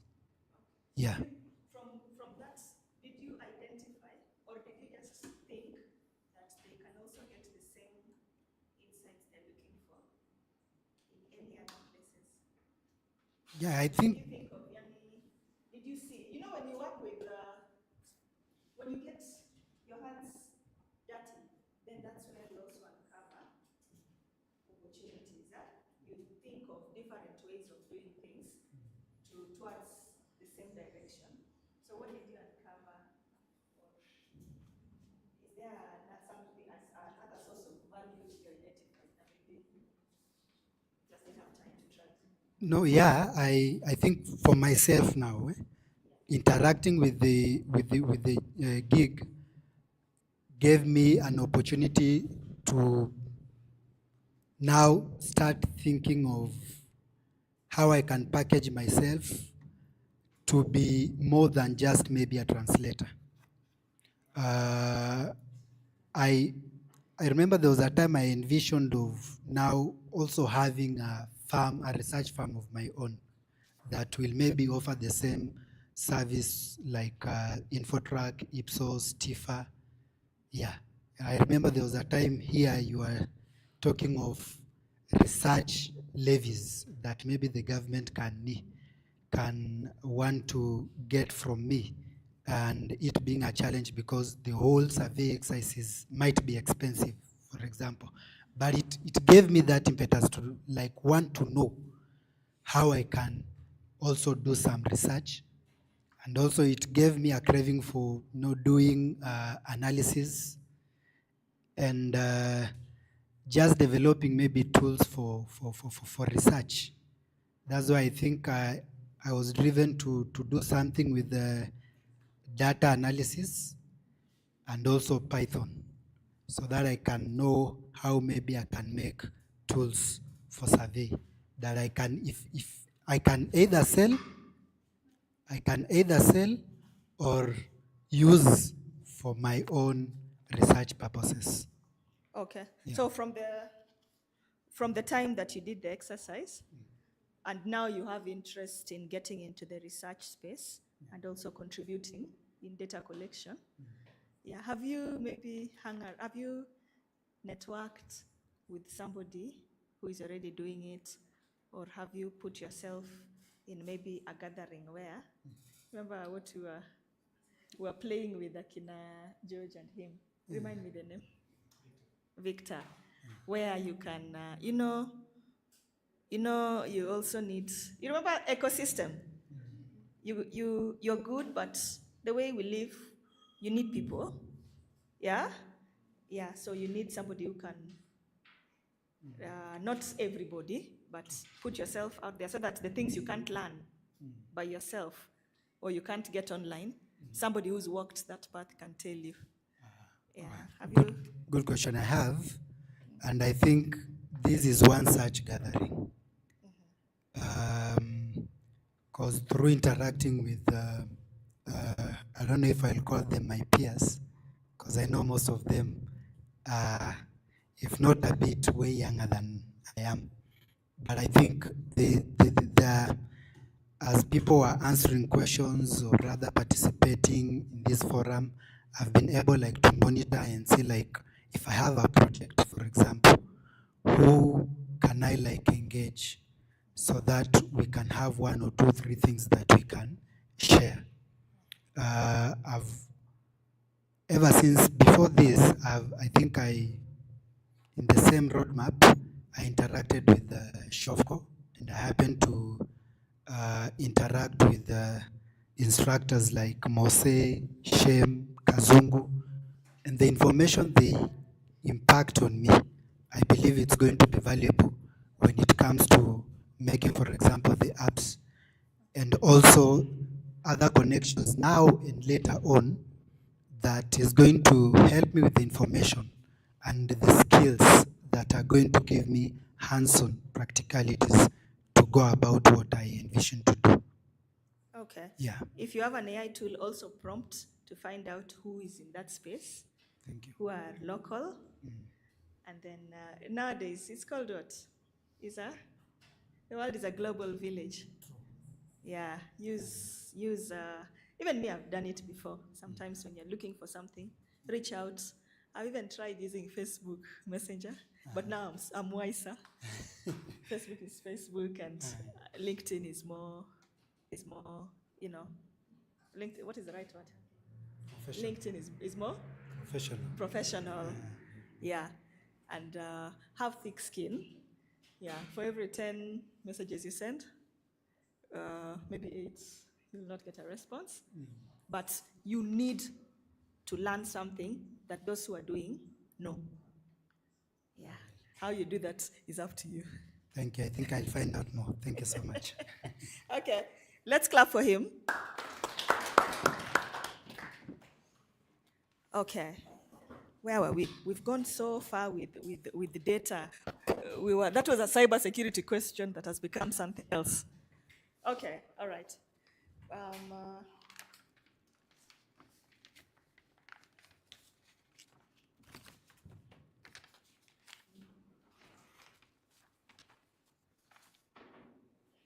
Okay, for around just our everyday lives, we've talked about the jobs people are getting on gig platforms.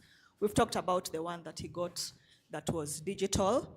But when it comes to our local businesses around here, what do you think of the status of the data, record keeping? Are you seeing any things that you could have done differently or any opportunities? For those of you who've interacted closely with business owners, or those of you who are running your businesses.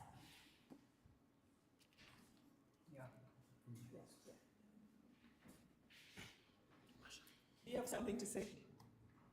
Okay.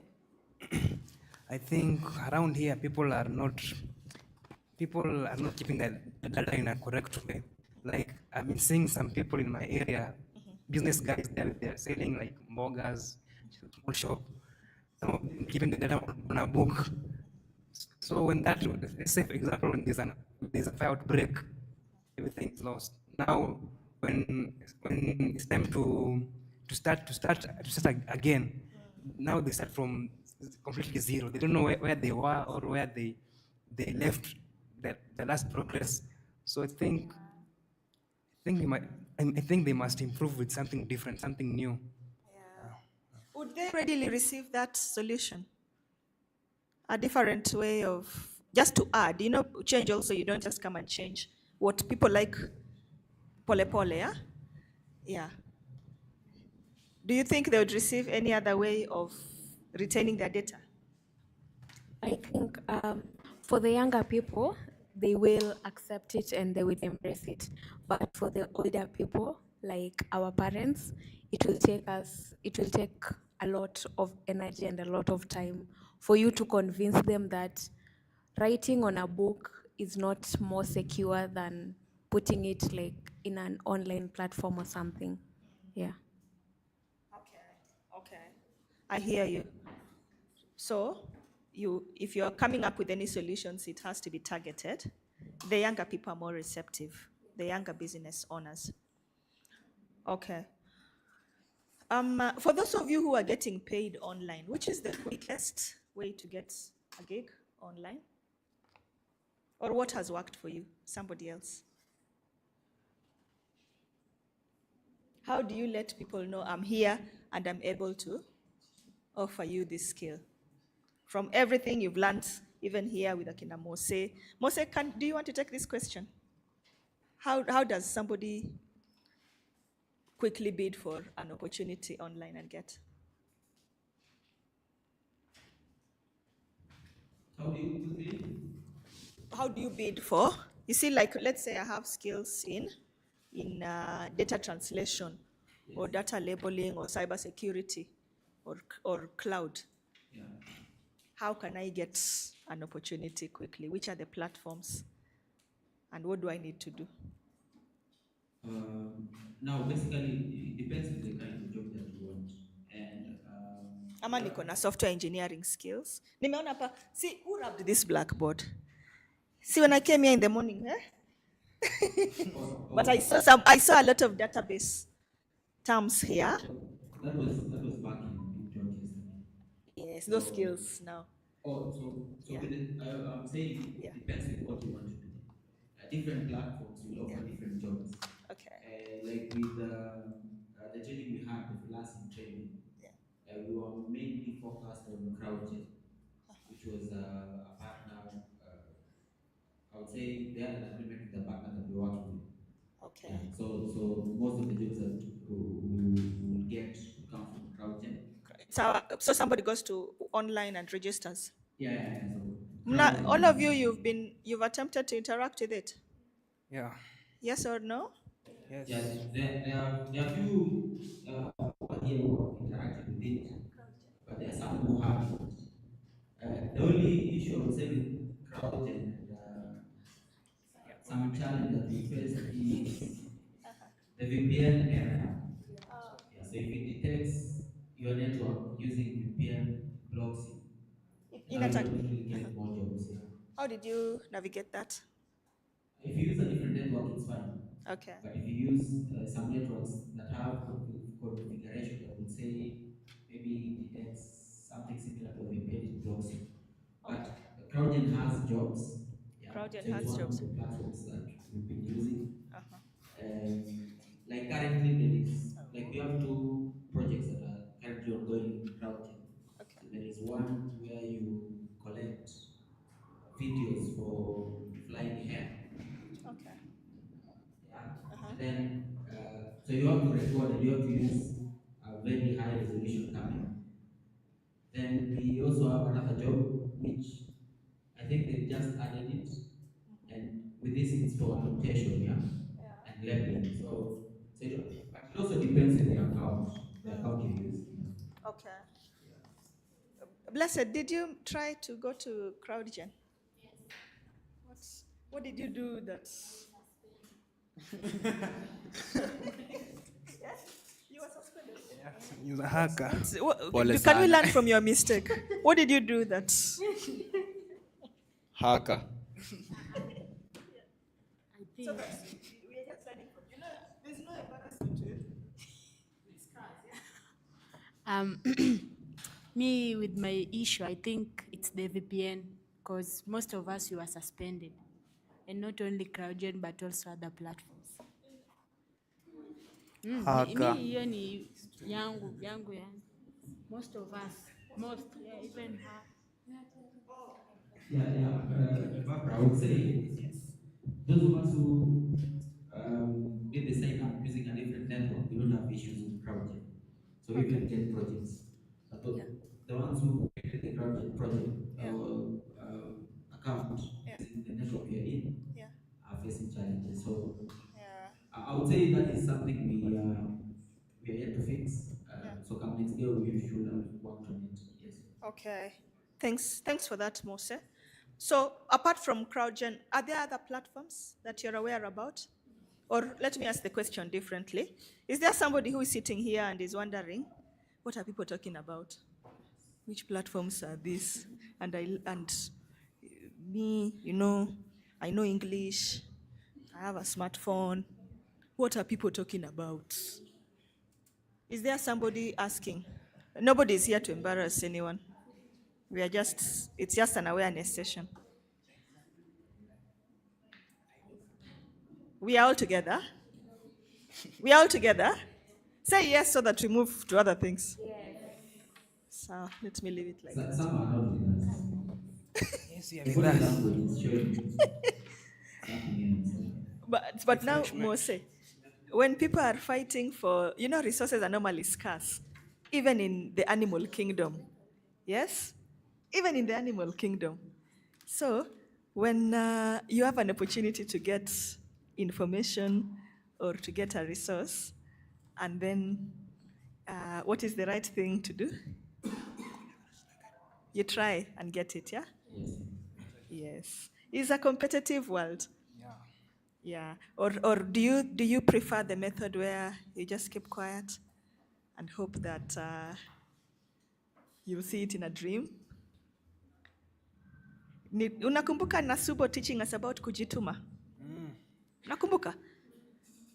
There's also the bit where you adapt to what the environment requires. You put yourself out there.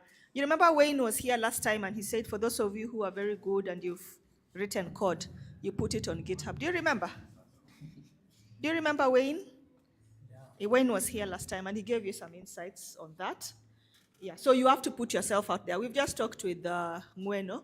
We've talked about he needs to make some networks. He knows what he wants to do, but he needs some people who will unlock some doors which he might not be able to unlock single-handedly. It's called collaboration. Yeah, so if you're here, make sure you learn those platforms before you leave. Going once, going twice. Somebody who needs to have those places mentioned? Who is there somebody who is wondering what we're talking about in terms of the platforms where people are bidding for those opportunities? You know the way an auctioneer normally has a big hammer. Unasikia mahali. Okay, who wants to mention a few more before we move from that? We are good people. Yeah. Where are you getting more opportunities? How many? Just mention, even if you are blocked. I know it's painful, but. Platform moja ni inafanya freelance. Freelance? Yeah. Freelance as Nini? the way it is? Freelancer.com. How are you doing there? Hapo sasa ilikuwa unaweka kenye unaweza fanya, kama mimi niliekanga data. Data? hiyo za data, saa inanileteanga, but unajua saa kama beginner ni ngumu upate, cause by the time unaenda kupata watu hizo kazi zinatumwanga usiku. Saa unaona we don't have the nini access ya, so ukienda kuangalia kama unaweza pata watu already washatuma nini zao. Yeah. And have you tried anywhere else apart from the platforms, the online platforms? Local? Bado. You've not tried local? Some. Well, Ama, you don't believe in local, that you can get an opportunity locally? Sijai.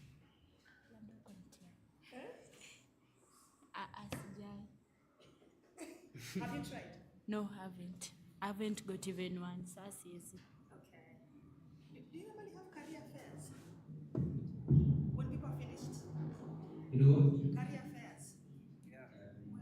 No, it's our first cohort. Okay. For the freelancers. So we've not done that. Okay. Okay. Oh, and in addition, for those who are in the freelancing class, there is a session where we created a Google Sheet which had like all the platforms that you can get work from. Okay. And most of them are only concentrated on three. So most of them were just checking CrowdGen, Upwork, and Freelancer. But if you go through the list, there are so many applications or so many platforms that you can use here, and they're listed in the Google Sheet. So I'll just ask them to go back to the Google Sheet, confirm if Freelancer is not working for you, maybe working for someone else. Maybe a micro will work for you. Yeah. Okay. So there is a list we created. Okay. Amazing. Are you going to pursue that list? Ama, it's too much work. Give it. It's worth. There's a book called "Who Moved My Cheese," and that book normally just says when you wake up in the morning and you realize, if I was using this tap of water, the characters are rats, and if you realize, rats. That book uses cheese to mean their resources. When you've eaten and eaten and eaten and eaten and eaten, then there are some that remain and lament and say how the cheese is now bitter or it's not available. And then there are some that run inside that cave and they discover new cheese. Yeah. So, Robin, I think we'll soon move into your session, you and Eden. But I was keen today to know from the sessions that you've had with Eden, it would be nice to see your output so that we can be able to experiment with that. I think we'll share that. You'll share your links from the WhatsApp group. Okay. As Eden, you'll come first. Yeah, okay.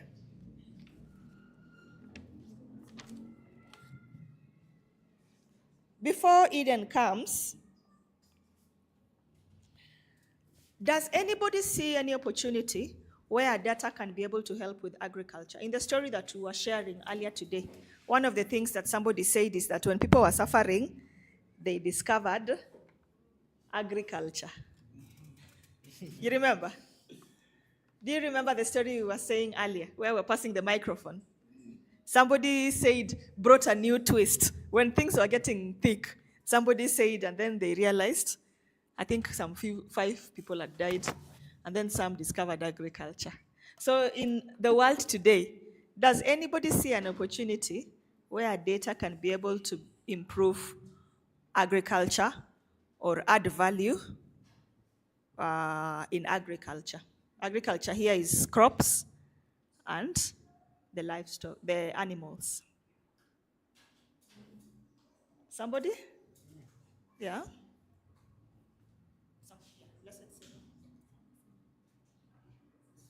Me, I think hapo kwa agriculture wanaweza come up with a solution like juu watu wengi siku hizi hawataki kusomea anything about agriculture, so wanaweza kunini na hiyo AI sasa kunaweza kuwa na hii kitu ka robot ikuwe ikifanya hizo kazi za ploughing nini, alafu nini na jiwota peke yake. Maybe saa kenye mtu anaweza tu fanya ni cooperate.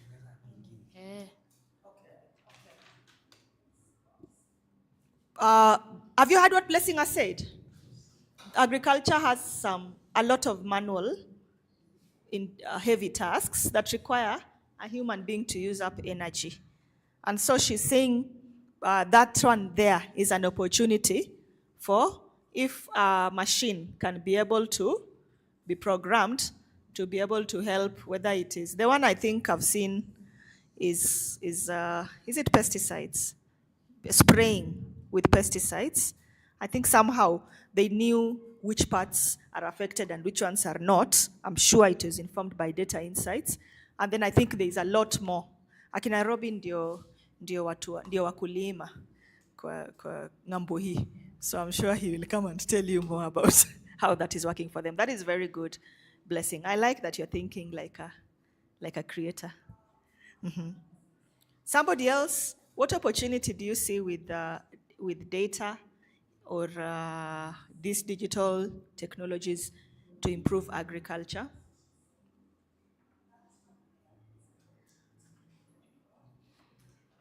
What information is important to a farmer that you feel you can be able to? Tell us your name also. My name is Bella. Bella. Yeah.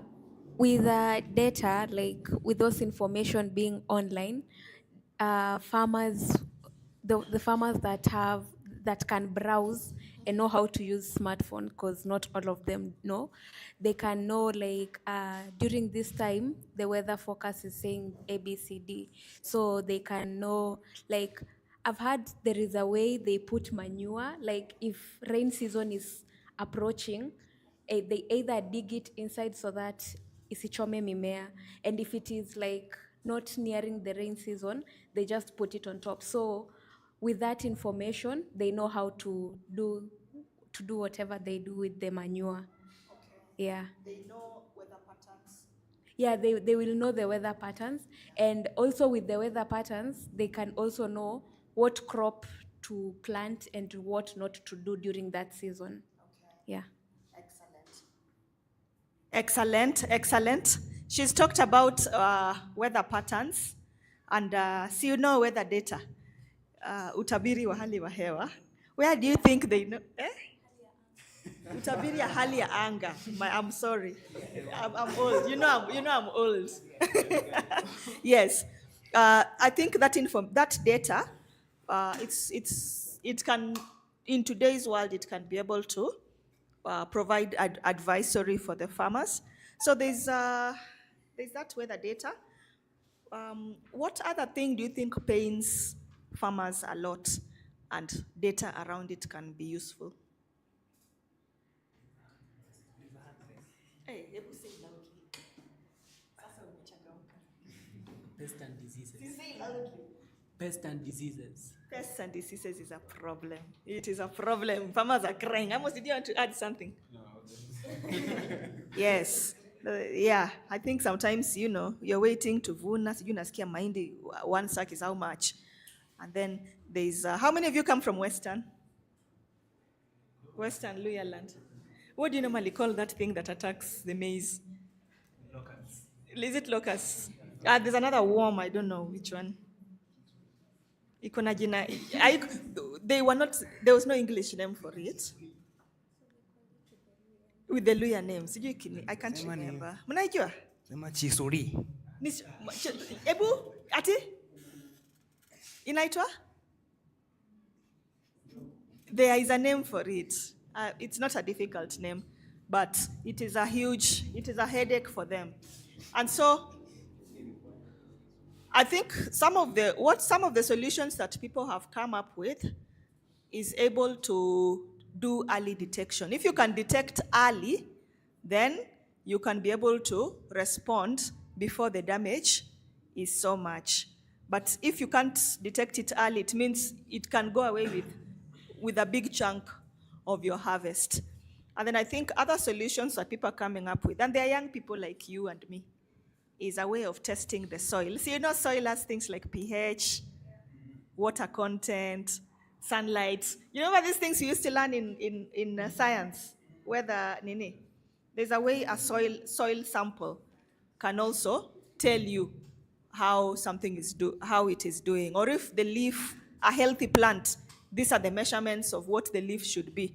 If it is not that measurement, if it is, assuming you're getting image data of a plant, and already maybe at 6 weeks there, leaf is a quarter of what it should be. That one is like an alarm for you to go and just address an issue before it goes away with the whole harvest. And what other people are doing, they've reached a point where those alerts that they're sending to farmers, they can now put them in a language that the farmers understand. So those are some of the things people are doing with data out here, and it is creating value.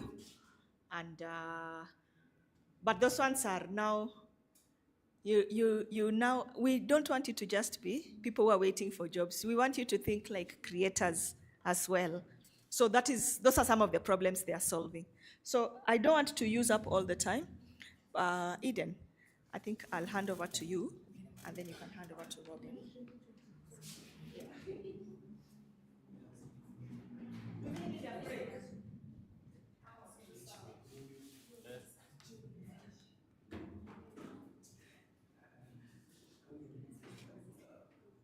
Good afternoon. Good afternoon. So mtenda break kwanza ama tuendelee? Break. Short break. Sawa. Take over. 2 minutes break. A 5 minutes break. Alafu tuendelee.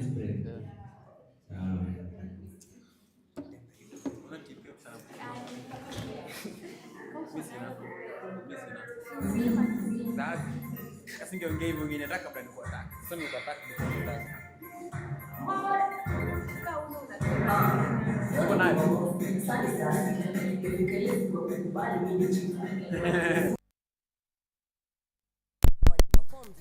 Sema wapi kuna shika Savera ama kuiva neza piga zangu timba ndo nisunde shida nikifika saki mtu anambia nitembe jaba niko na ubad na ugeto bado inanitatiza neza sema zimpa kazi leo nipati sija kuja wi kamkoba kaupiga ti nandi take it participate kami bado si participate shots 1 2 unaweza penda kujimarinate sabigal na tigal pana kujivalidate.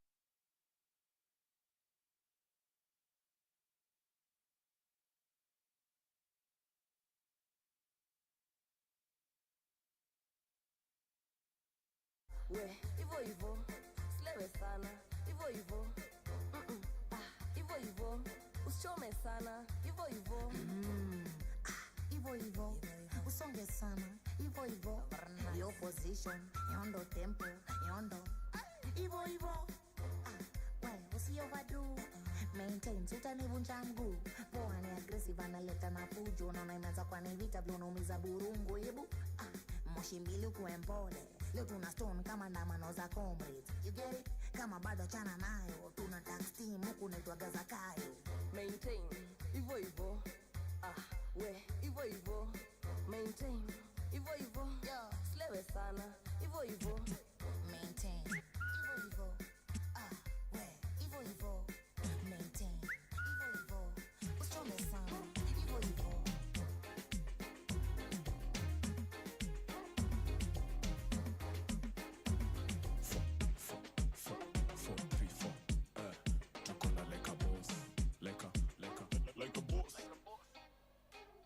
Juu ya kana hapana kuza kudim leta ufala pauta kula maviting neza dhani tumepona kumbejo ni taxi nati upepo runda upepo nia hapo nasikia niskele huu stengoni skubidu zako zikianza kushuka zinapandishwa juu piga kale ka move mukuja mukumfu pamba goza tena toka hapo nasikia niskele huu stengoni skubidu zako zikianza kushuka zinapandishwa juu piga kale ka move mukuja mukumfu ati nikikupamba goza tena toka juu hapo nasikia niskele huu alute natonesha turushe miguu vile zimeturaru tunasikia tuko majuu steam skipata tunashukisha na mamus nipekaleka so tuko loaded strap kama foreign naifanya leo sio tungoja kia tushoke na ikikupamba mja selector jo agodena akikupamba tu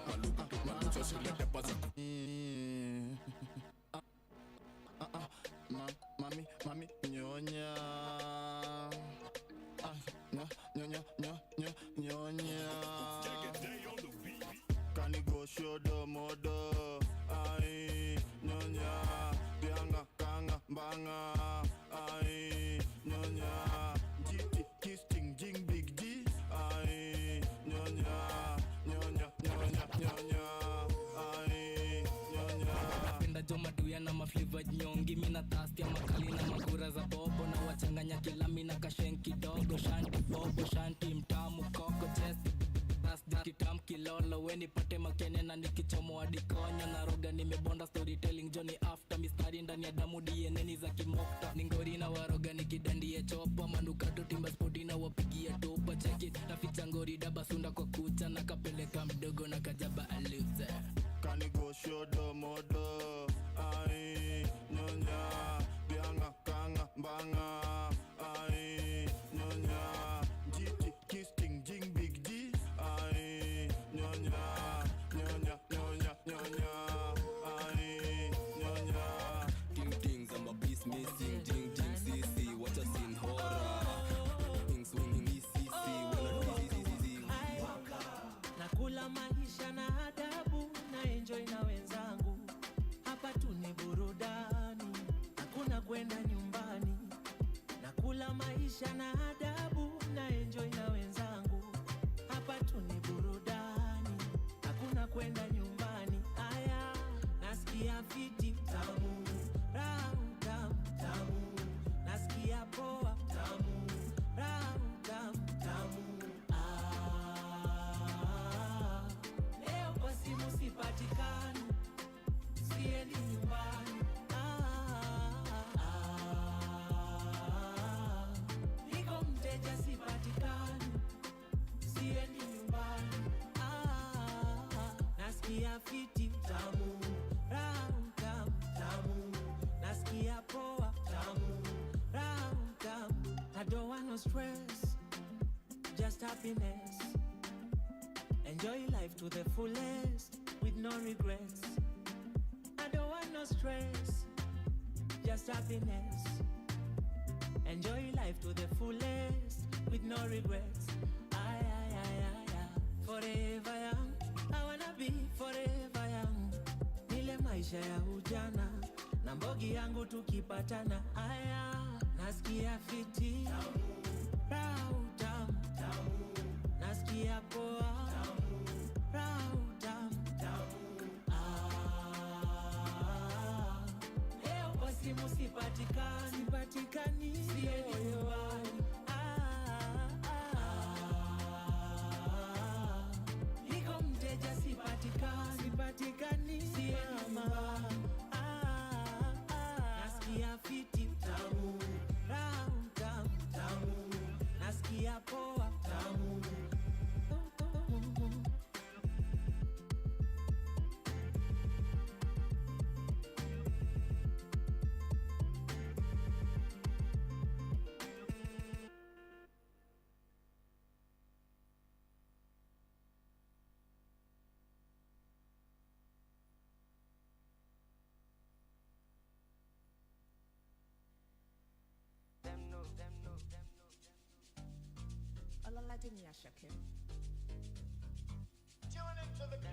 I'm a piano, it's a big vibe, but the girls them know. Steadily, heavily. I'm a piano, it's a big vibe, but the girls them know.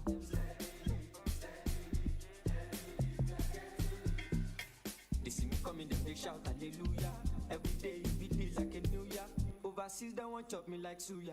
I know beat dog, but this do ya. Tire so greasy, he dey dance like Chris Breezy, easy. On my wrist, they code, they freeze you. Them know they call me Mr. Money for no reason. I see they go, I'm a piano. We go show, we go let them know. Now we dey run down and any show, get than any more. Fine, ukona figure fine, kila kitu yako msopa fine. Acha two step kwa land mine. So shake that thing, wind that thing. So shake that thing, tingisha rombosa zungusha kwela. Shake that thing, wind that thing.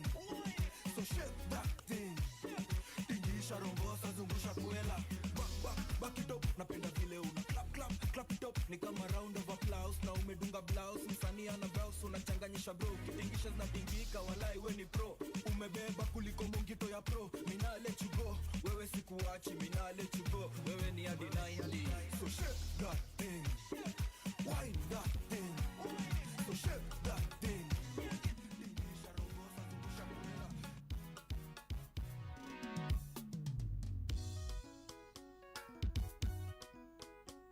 We know what a legacy boy. What nigga. Yadumba nyono koma. Yadumba nyono koma. Dunda kaluendo. Yadunda wugiremo. Madarao ya nini. Madarao ya nini. Tuki ya nini. Addicted. Oh kelele ya nini hiyo. Kelele ya nini. Kelele ya nini. Nakosa tendo la ndoa nango. Madarao ya nini hiyo. Madarao ya nini wewe. Nije ya nini. Heri nipende mama yangu. Jalas EVJ baba. Heri nipende mama yangu. Kuliko kumpenda siye nipenda. Kuliko kumpenda siye nipenda. Kuliko kumpenda siye nipenda. Ana mina This just say. Ana mina Amina uko wapi? Amina uko wapi? Nieleze uko wapi? Tulifunga pingu za maisha mimi na wewe. Tulifunga pingu za maisha mimi na wewe. Oh remember me. Oh remember me. Oh remember me. Inda wachala.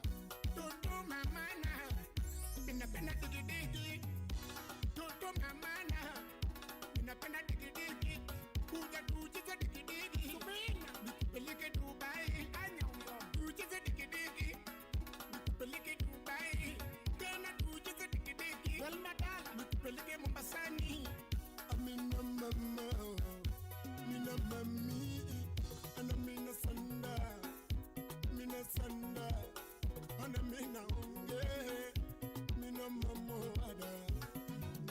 Victoria Kwarchiaga. Wapija kadera. Warembo wa Kenya. Warembo wa Kenya.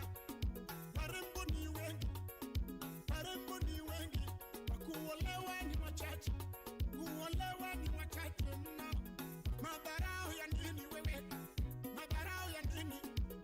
Unapenda upendeki. Kidinga ya nini? Rum turn me to a dancer. Rum turn me to a dancer. With the rum talking, I answer. It talking, I answer. Rum turn me to a dancer. Let we go, let we go, let we go. When the rum tell you you's a big dancer, come show them you's a big dancer. Bend down if you's a big dancer. Waistline cause you's a big dancer. When the rum tell you you's a big dancer, come show them you's a big dancer. Bend down if you's a big dancer. Waistline cause you's a big dancer. Dance it, baila, your waist bilingual. You have a man but your waistline single. Feel the heat and your waistline tingle. Body good, body stacked like sprinkles. Yeah, baila, your waist bilingual. Link up and make your waistline mingle.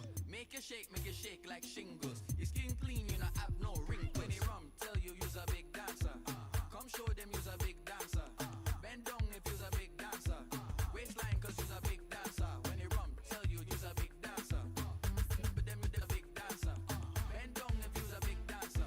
Waistline cause you's a waistline cause you's a waist. Give you some energy. I didn't let you with enemies. If you don't concern you, just come on body.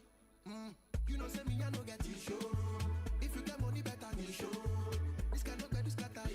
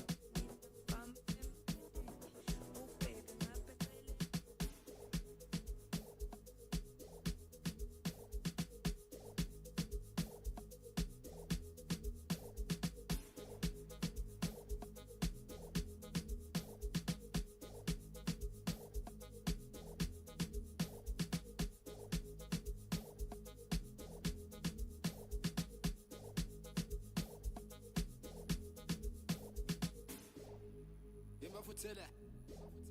Yerim. Yes, is panache. Gumnandi la club eh. Levantala se va petit pepe. Vele se ksha pepe manje. Hey, sha, ya, sha pepe. Sha, sha. Sha pepe. Sha, sha, ya. Sha pepe.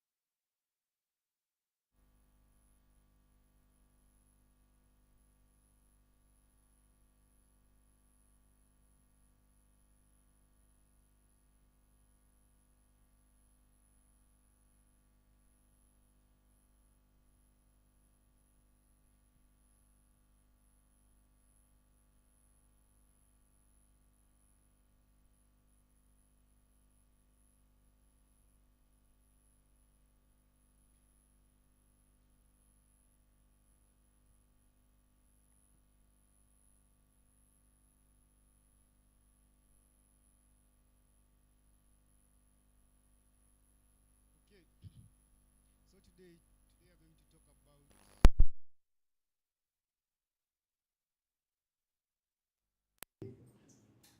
Developer. Hosting is like when you have built an app. So when you want your app, you have to be well known. So you have to host it like in like place like Vercel or NetLify. I use them the most. Yeah. so hosting in short. In short ni kama kama umebuild kitu unataka watu wengine wajue kimebuild waione, then una host hapo ndio fully function. Umeelewa? Acha tukue specific kidogo. Kuhost website sasa. Kuhost website. Kuhost. Nasema aje? Host website ni like publishing it nini ikuwe usable kwa people.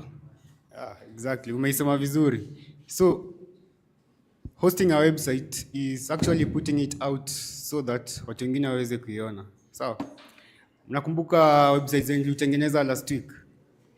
Hizo websites zote hakuna mtu anaweza access, labda akuwe na account ya Lovable. So today tutaongelea actually what hosting is, tushasema ni nini, and tutahost websites zote leo. Sawa? Itakuwa unaweza tumia mtu link na anaweza ona website tuli create last week kwa Lovable. Sawa? So ukiangalia hosting, it's actually a paid thing. Hosting ikiwangi kitu free. Na website yako ikiwe online, mtu anaweza search aipate, lazima unakuwa lipia. For example, this is one website. Unaweza ona hapo kwa screen. This is one website which shows the hosting plans for hosting.com. For example, this starter plan, it allows you one website, 15 GB disk space, 10 email accounts, vitu zingine nyingi. But you see, it's $23.88 per year. But you can pay $1.99 per month. But today, leo ndaonesha there are also free alternatives to hosting. So in Lovable also offers a server. You can host your website on Lovable. Another place you can host your website for free ni GitHub. Kwa mtu anakumbuka GitHub ni nini?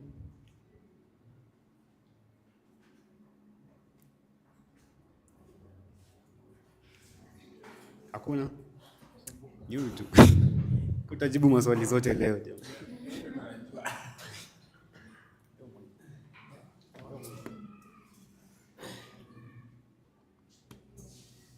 So GitHub is like a place for developers where they can submit their work there, and if they might want to add changes, they can do it. Vizuri. Ina make sense. GitHub ni ka storage yetu ka developers. Hapo ndo tuna store programs zetu, files zetu, documents zetu. Kila kitu tunaweza store GitHub, hadi videos ukitaka, but hiyo si kazi yake. Sawa. So leo tuta host website moja na Lovable, alafu mtatuma link kwa group zenu, mtu yote anaweza access. Sawa. Ni kitu rahisi sana, hata itachukua dakika moja actually. So kwa Lovable utaona kuna mahali hapo imeandikwa all projects.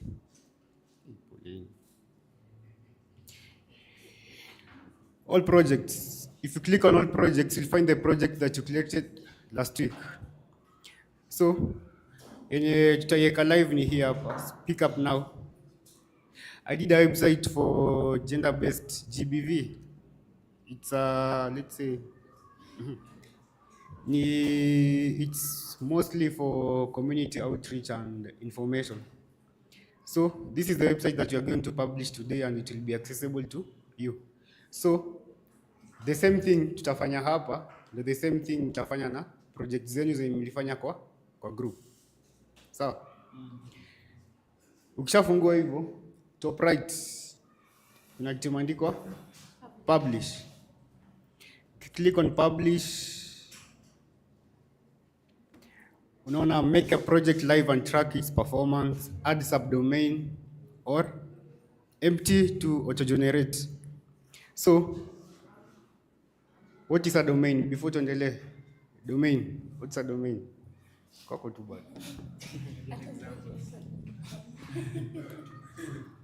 Okay, domain is like the unique name that we give your website.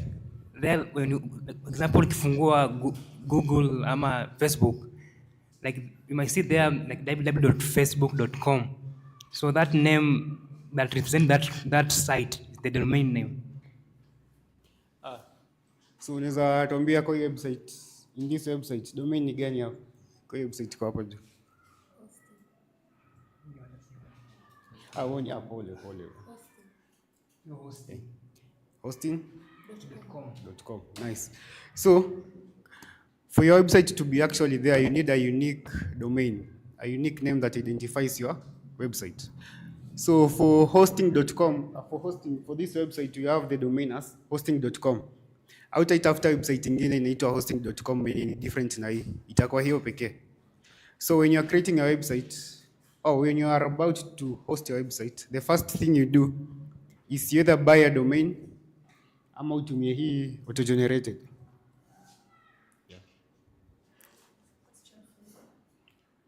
Yeah, it'll be. So,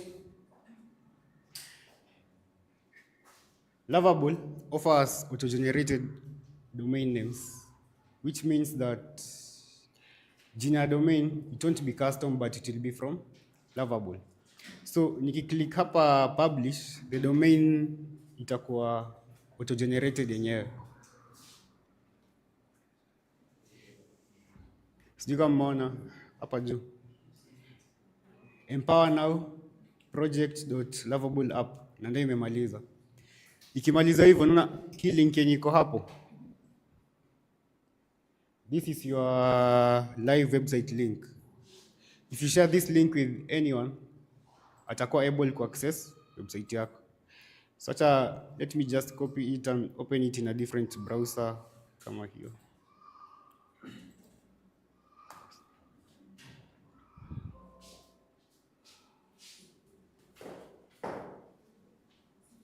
Bas, ndio imemaliza.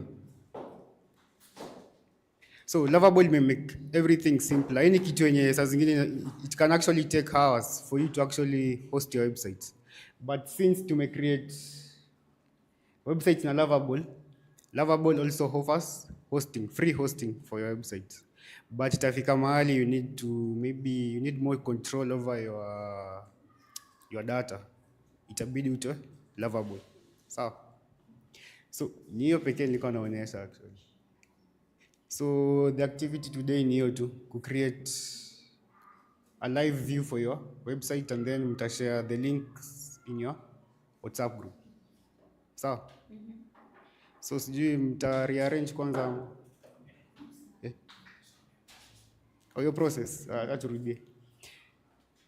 You just need to open up Lovable, select your project. Then after we select a project, ni huko tu mwisho, publish. And then you just click publish. As soon as hii yangu tayari iko published. So it's just clicking 2 buttons. Sawa? So mnaweza anza saa hii actually. Mkishapata project zenu kwa Lovable mnaweza anza.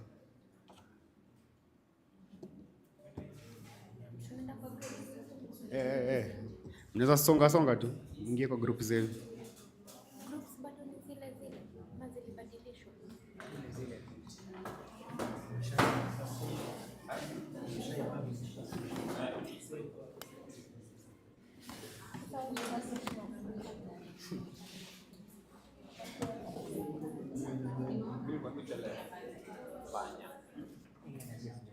Anauliza ataipata wapi na kwamba unajua hasla. Kaburi siko hasla kwanza.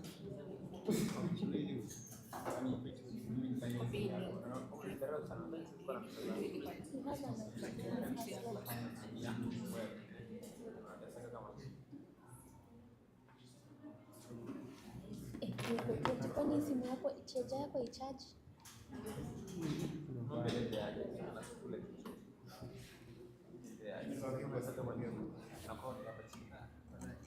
Ushaikuja kwetu. Unajua kwetu ni hapa chini. Unakuja kufanya nini hapa?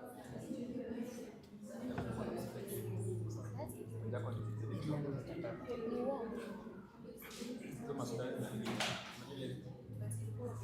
Mimi nasikia huko.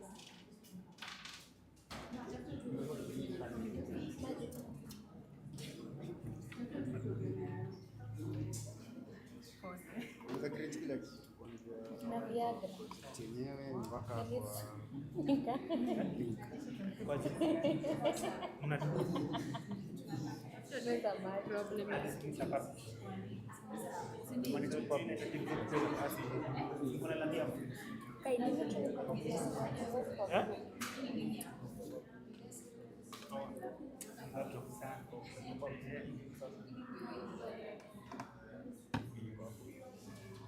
Ukianza kutefect mosi nitafute.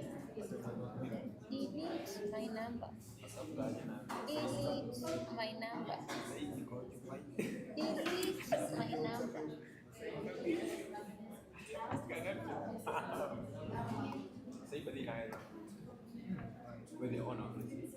Mimi. Yeah? Hey, it is.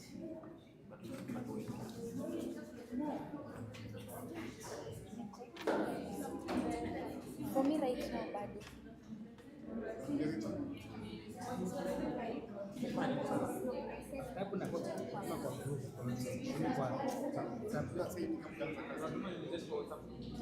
Oh, actually, it is. But that.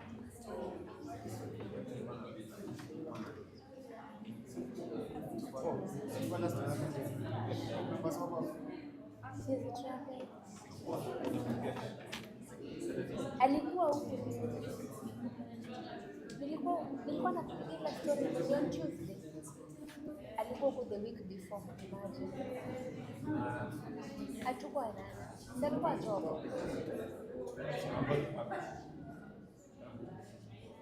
Oh, nisha publish.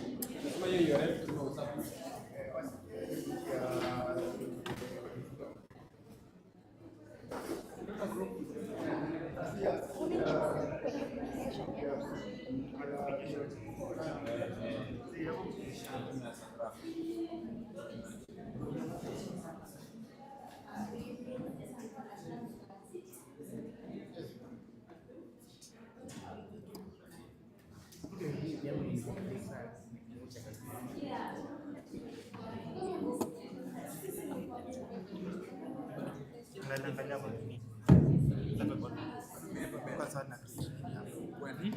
Alafu ona chatengeneza program taambia hichi tengeneze document fulani inaitwa PRD.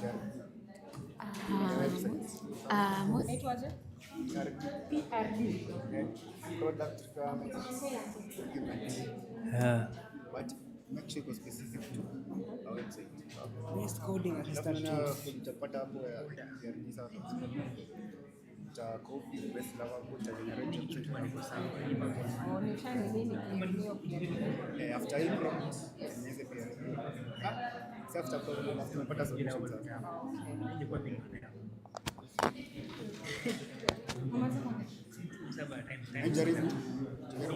Jaribu solution yako ikiwa oriented towards website. Tunafanya hizo solutions za kufanya vitu vingine bado. Hii pia nataka tukalie chini vizuri tengeneza juu. After ukishatengeneza website kama hapo. Kwanza niangalie kwanza solution. Niangalia problem na solution. Sasa niangalie pia. Hiyo PRD utaikopi. Una venye iko tu. Copy kwa Lovable. To generate website alafu utapublish.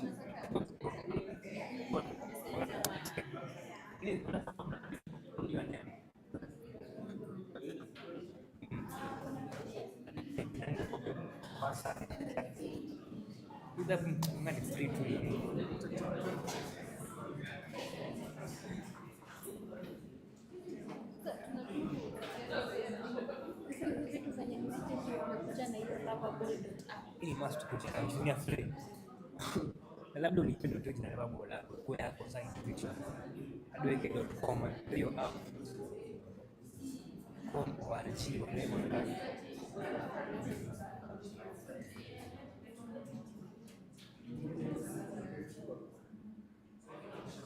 Mna ina kwa kweli pia mambo za fanya usitaki nayo.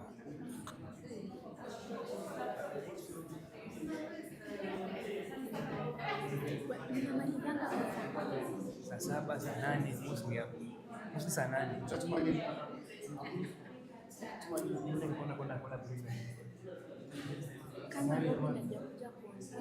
aishi hapo. Tushamaliza.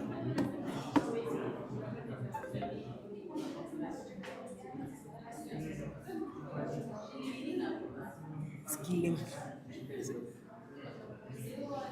Nashuku ya tayari kwa market.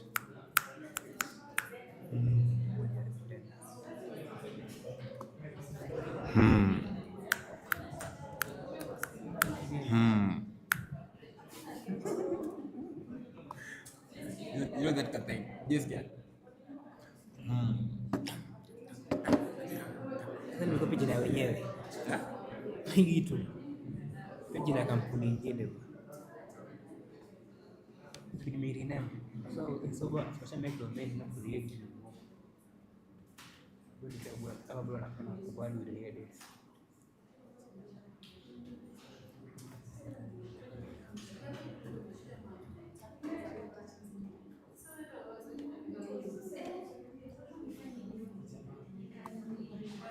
Uza.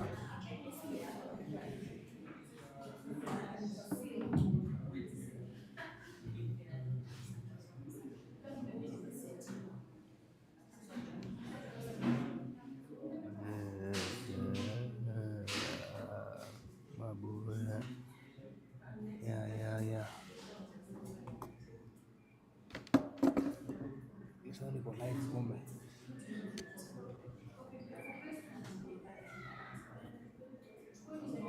Sasa hivi tu kuinje. Hii kitu bado wanaopo na hiyo safari. Mimi ni boy ndio kitu. Bwana hadi fika vipi kitiriki ndio draw. Hadi fika kitiriki ndio toa pesa. Kwa hiyo unasema yeye msai. Yeye mmoja tu mmoja. Ilikuwa jaba. Ama mmoja hadi Christmas.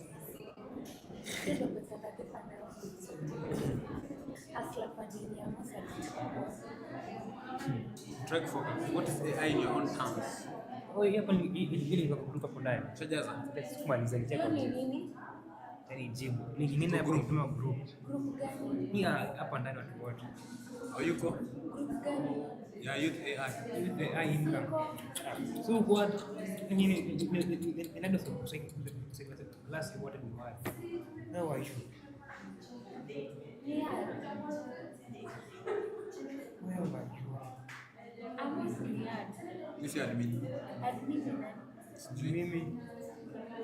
Now I say. Akina Shem. It's AI. What Full is AI? intelligence.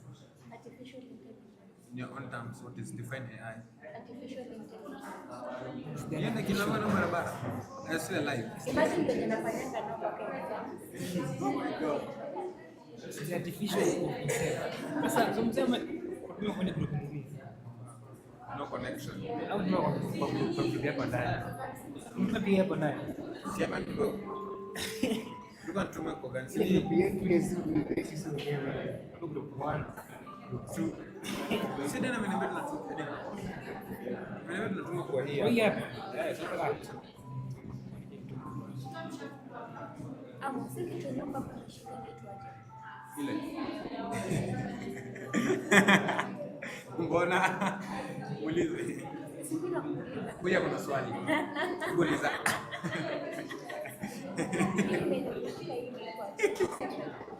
It's a monocle.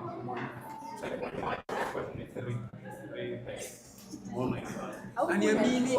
Sasa nikwambia kaniambia ni uongo. Unasema nini? Anasema she tried. Jinda amesema hivyo. Nikwambia ni monopod. Akasema mono.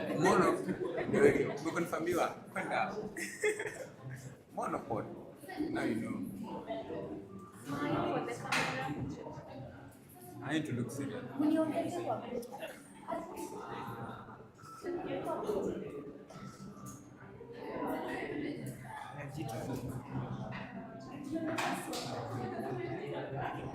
Mi amor.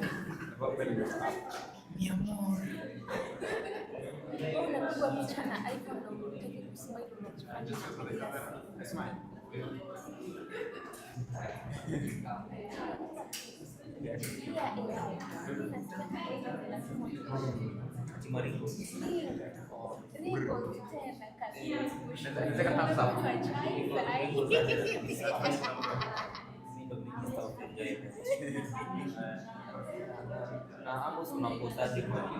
Sema nime nifanye hivyo.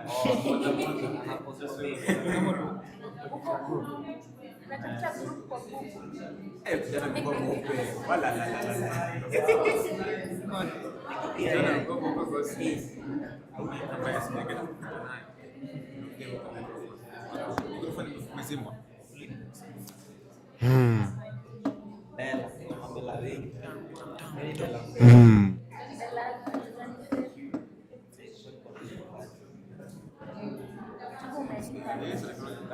That's the future.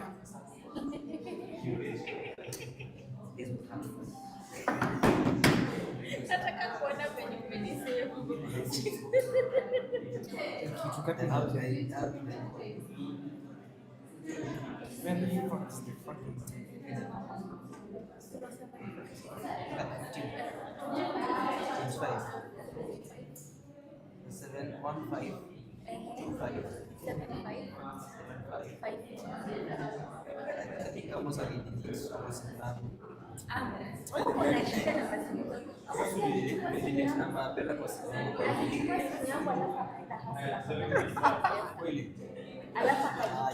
Mimi lazima kutumia Android, unaniambia nini?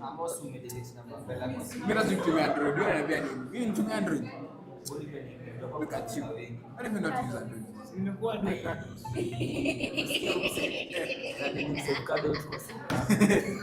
Takuvuta dola. Wewe. Kwa hiyo piga one.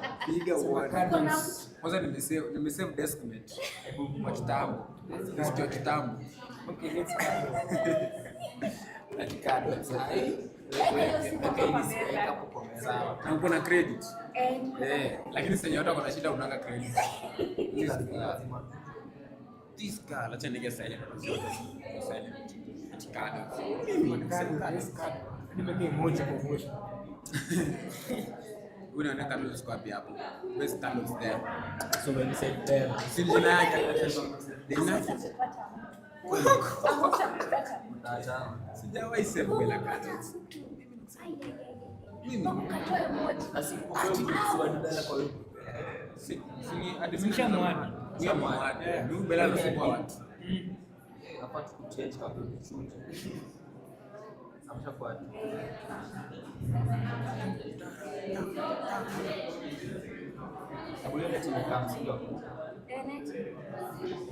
Ama tulipata mtu ya ukwela.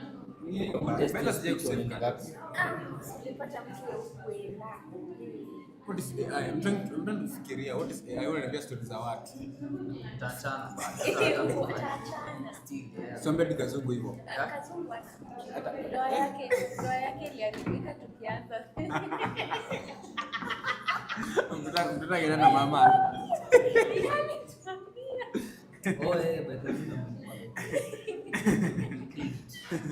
Mpaka akamwambia I promise me you'll be fine.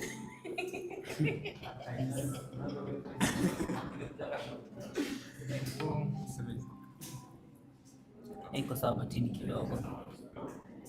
Sivyo kidogo sana. Kwa room 30.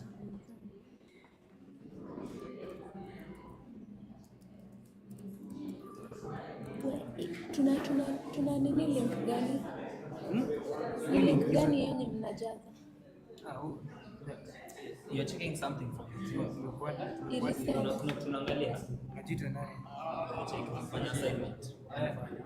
Kuonyesha nasa. Uamini George. Internet gani? Ndio tumereset site. Iko pia nini yako ya laptop. Kila Google na ndio check zinafanana kitu. Ati tanya skills and teams and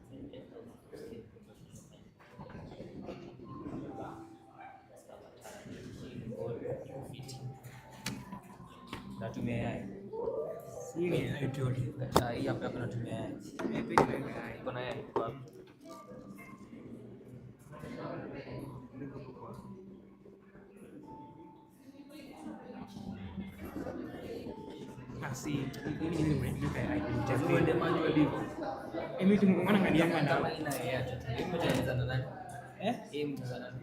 peke yangu. So it's a group project. Sasa mimi group yangu hata ile hata wako na class yote. Ya huyo. Last time kwa yetu, the previous time kwa yetu. So project yako project nishatuma group. Nishatuma group. Kwa group kama nini? Sasa nini ya? Sana muongo sana. Muongo sana. Niliwako na mtu kuna pesa kuendelea. Soulmates. Hata je mtaachana. Na itauma kwenye mtia.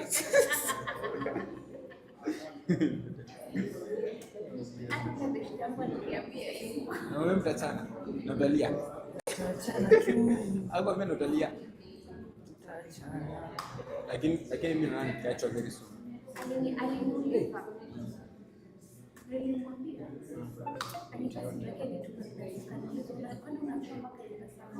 Sasa huyu mzee tukishaka.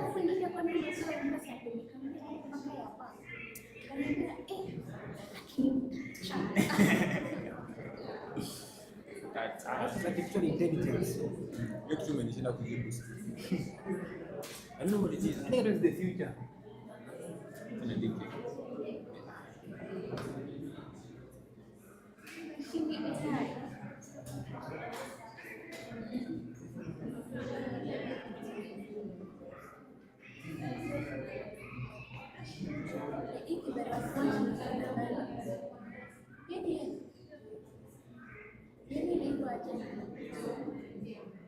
Something green.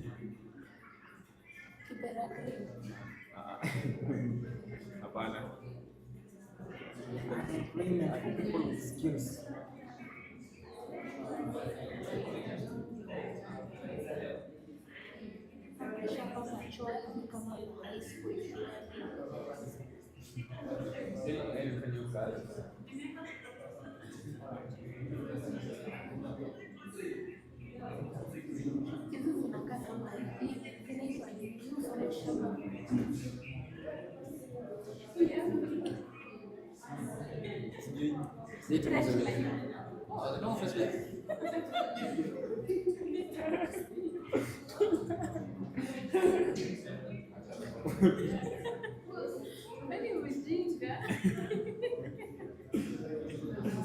Unasema mwonekane mimi natumia mtu.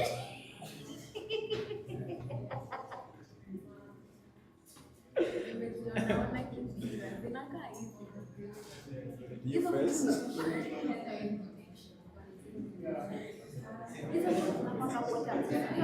You first.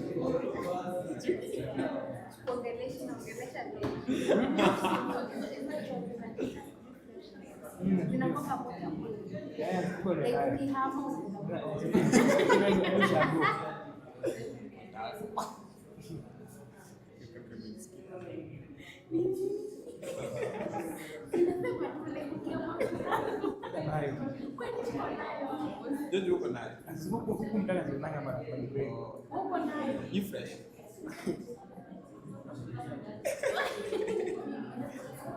Tunacho flash. Ya flash. Na flash sawdust. Ya kukaa. Mkono magazeti. Magazeti.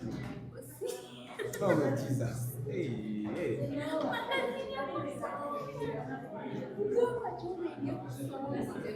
Hata tuko na screen. Una swipe.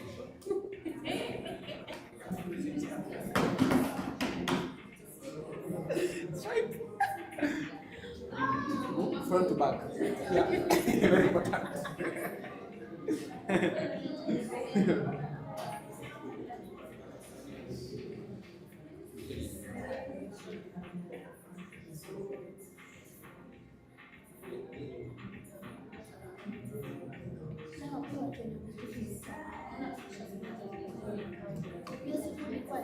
Gani? Nilikuwa. Gani ni like? Gani ni masiana? Gani ni sita hivi?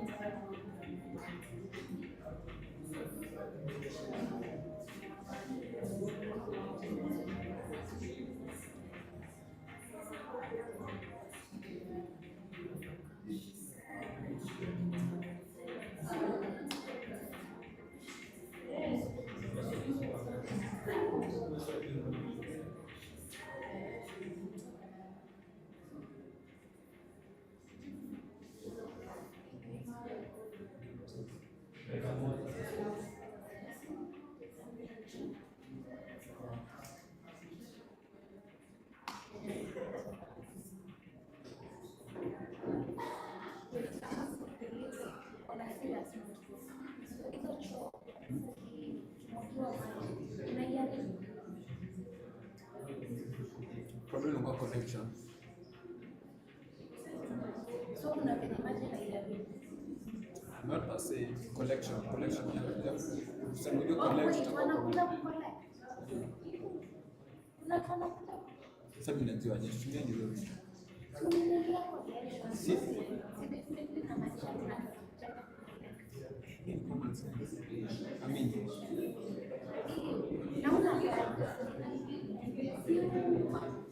Google nayo.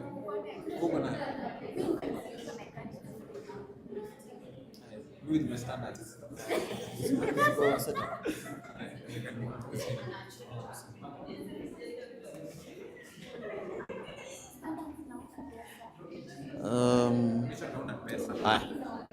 So tunaweza consolidate tena so that at least tumalize in good time. I don't know how to split in terms of the groups.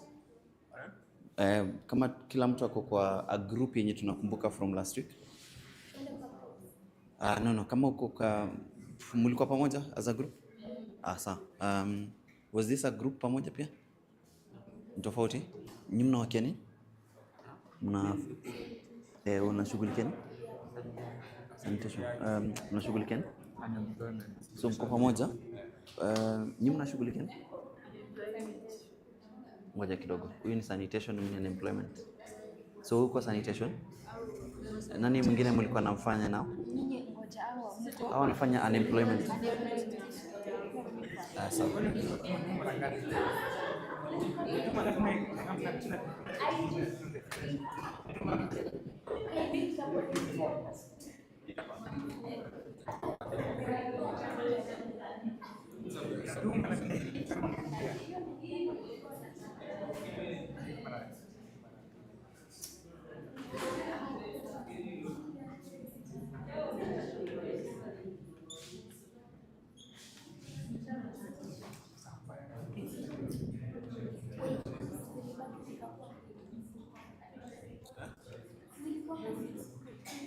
Watu walikuwa wakujani sasa.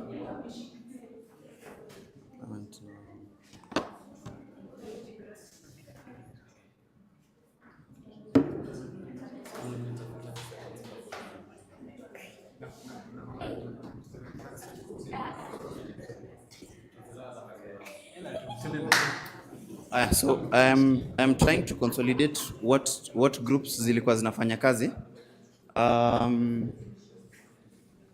Mtanisaidia hapa. So niko na sanitation, security and employment. What was the other project? Who else is working on anything that is not these three? Poor sanitation, I think. Poor sanitation, alafu kuna gani ingine?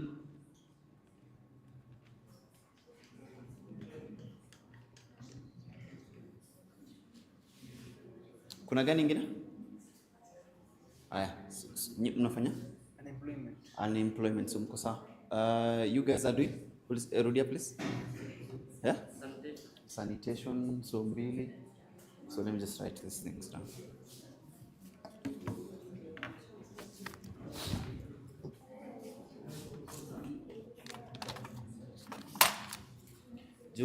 Nataka kila mtu akwe na like a way that they are presenting. So yako ni sanitation, hiyo ni unemployment. Kwanza nyinyi mnashughulikia nini? Sanitation. To sanitation. Nyinyi mnashughulikia nini? Unemployment. So 3 nyinyi mnashughulikia? Poor sanitation.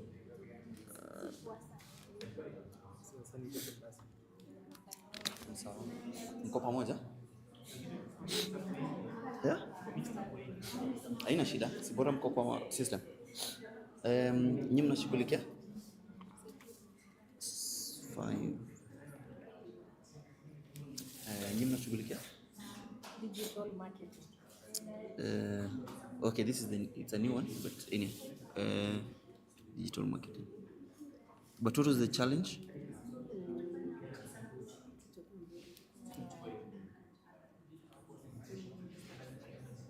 May build anything. May build anything. Oh, sorry.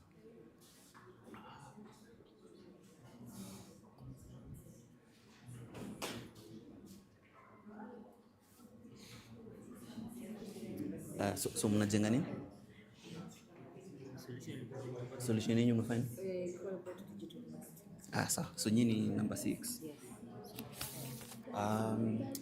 Mnashughulikia nini? Nyinyi ni number 7. Nyinyi mnashughulikia? So nyinyi ni number 7, nyinyi number 8.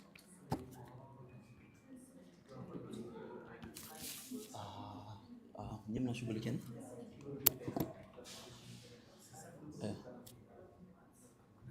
Like projecting. No. See at what I'm just writing. Kila meza inafanya nini?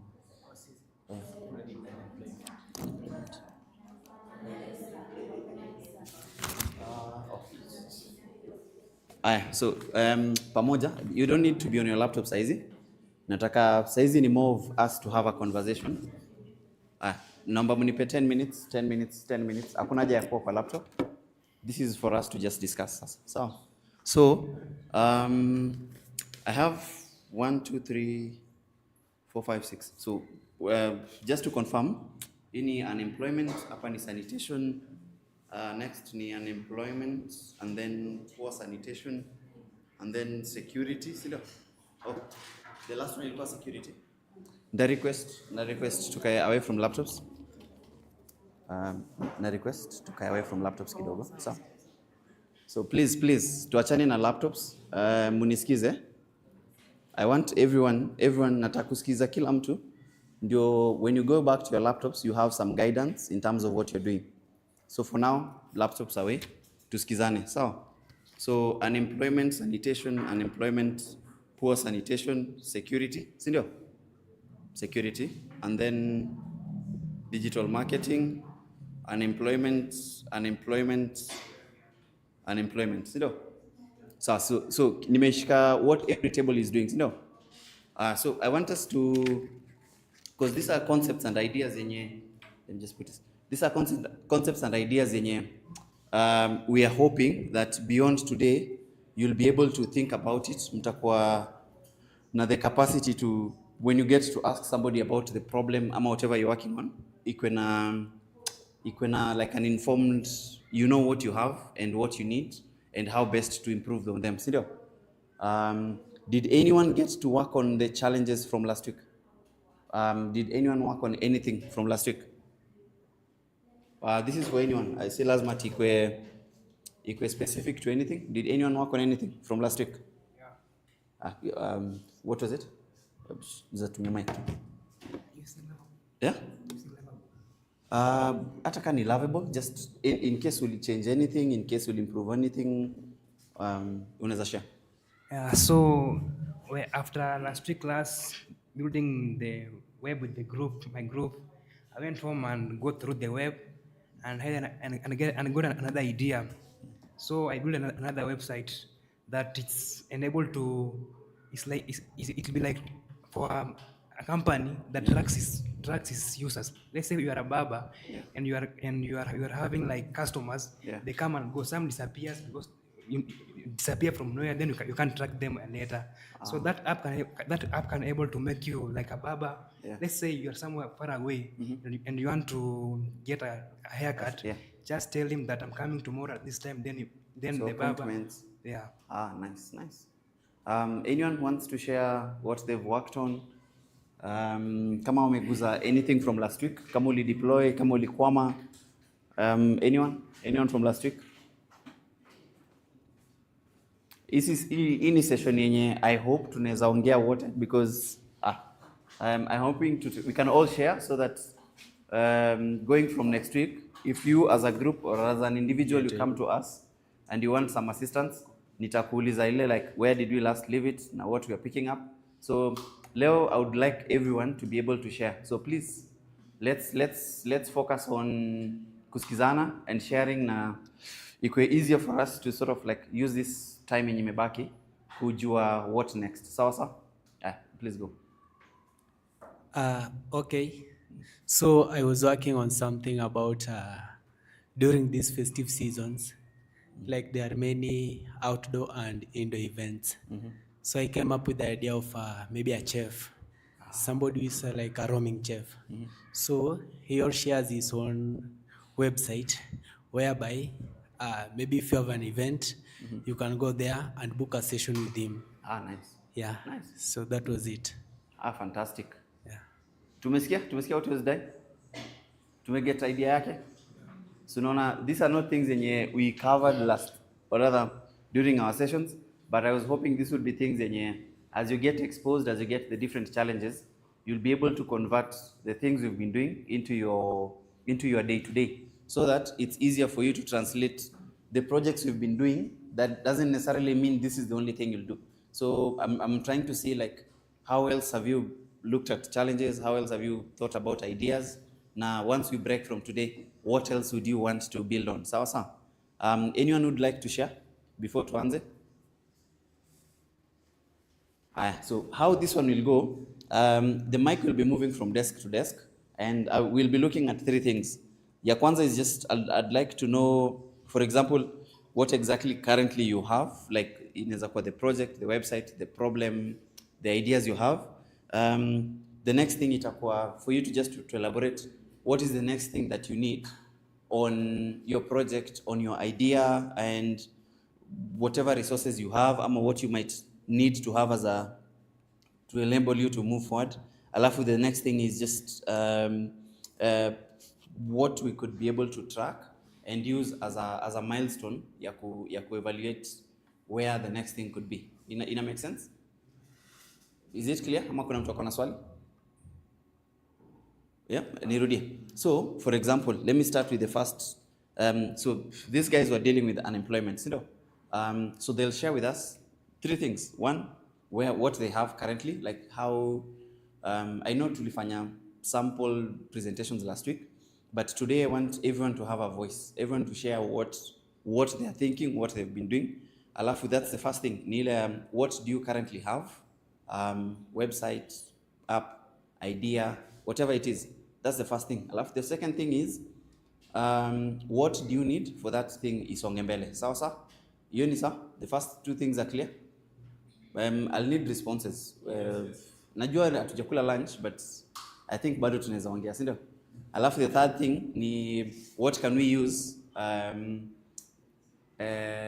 for tracking like progress from where we are. Is that clear? So for example, our unemployment, I think the next group ilikuwa inafanya sanitation. We'll just go through the different ideas that you have, alafu tusonge mbele. Sijui kama kuna mtu akona swali before tuanze.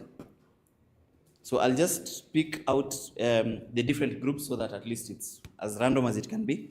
So just for clarification, this is 1, nyinyi hapo mko 2, away from the laptops please. Nyinyi 2, the next thing, everywhere there's a laptop, that's why I'm designating numbers. So tunaanza tu 1 hapa, tukienda through, I think utapata this one will be number 9. So that at least to manage to move mic. So I don't know kama mtakuwa kwanza, if that's okay. Nani kwa mic? Asa. Do you mind mkoa kwanza? Yeah, so we'll just do like a simple 2 minutes, 3 minutes just to go through those 3 ideas. Pia tuone like from what we have saizi, how else can we maneuver and what else to do. So imagine you come out of this place and you don't know me. How would you sell your idea to me? That's one. Like, what would you share with me? Alafu ya pili, what would you need? What would you need in terms of support, resources, time, laptops, etc. Just let me know. Alafu inakuwa an easier way for you to also understand what you're dealing with and how else you can share your idea, your projects with somebody else. Okay. So? Yes. Hi. My name is Amos, and the problem we had was poor sanitation. Specifically, the problem with overflowing bins. So where we are and what we have, we already come up with the website. That's as per last week, and it's a functioning website. What we need are the IoT things, Internet of things. The sensors, right? The sensors, the bins, to be able to develop and test our prototypes. Tools to track, I can say we'll definitely need your support, your guidance, and it will be really nice if we could really keep the connections that we've made. Thank you. Fantastic. I don't know kama we've gotten what he's shared. We are too quiet. Sijui tupeane maziwa saizi ndio watu waongee. I agree. Yeah. Tumenyamaza sana. So but I think, is it clear what is shared? Fantastic. So I can just pick on somebody else. Let's go to maybe number 4. Who's working in poor sanitation? So 1, 2, 3.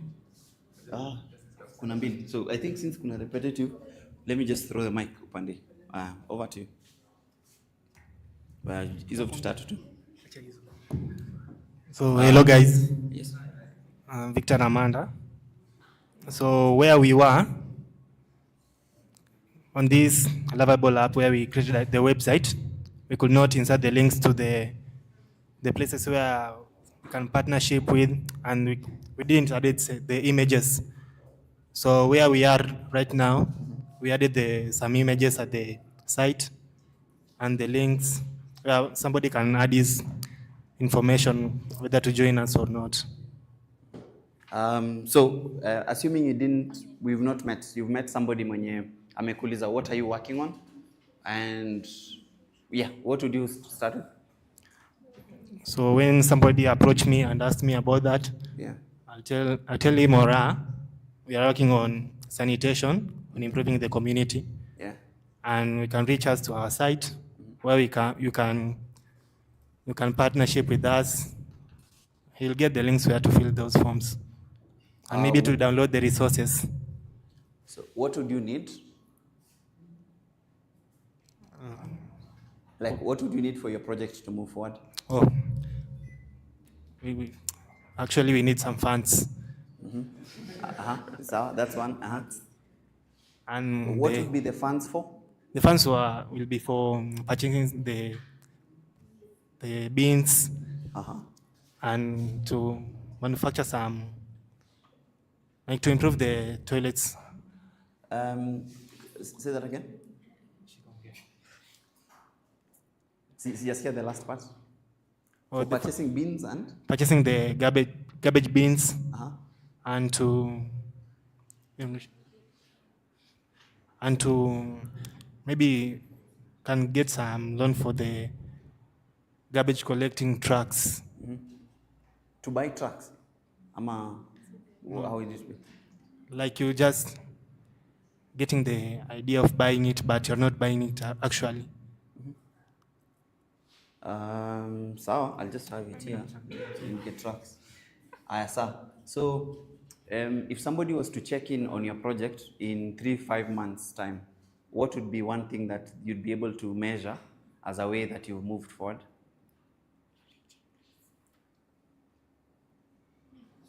Come again. We are now in December, if you were to work on your problem, on your solution, in the next 6 months, if there's anything that you can use to measure your progress, what would that be? I think it will be the insights where when you go back to the site and look, you'll get the challenges which we face and how they are covered. So by showing a shot of images, you'll just see it directly. Okay. So let me help you kidogo. We all this that we have is theoretical in the sense, Yeah. No one has. I don't know if anyone has spoken to the people that we are solving these challenges for, So that is one of the things that I am hoping somebody would bring up in the context that you will pick these projects and go and speak with somebody because you're putting up bins. So saizi ukitoka hapa nje upate some bins zimewekwa hapo hivi. Would you know what it is about? Hardly know, no. So there's also that aspect that if you are to actually, for example, you've said funds is something. If you get the funds and you get to buy these bins, so where will you put the bins? How will you share the bins with people? How will they use it? That's what I want us to think about in the context that, yes, you've thought about the problem. You have a similar, or rather, you have a semblance of a solution that you're working on. It's now the practicality of taking these projects out and having to deploy it.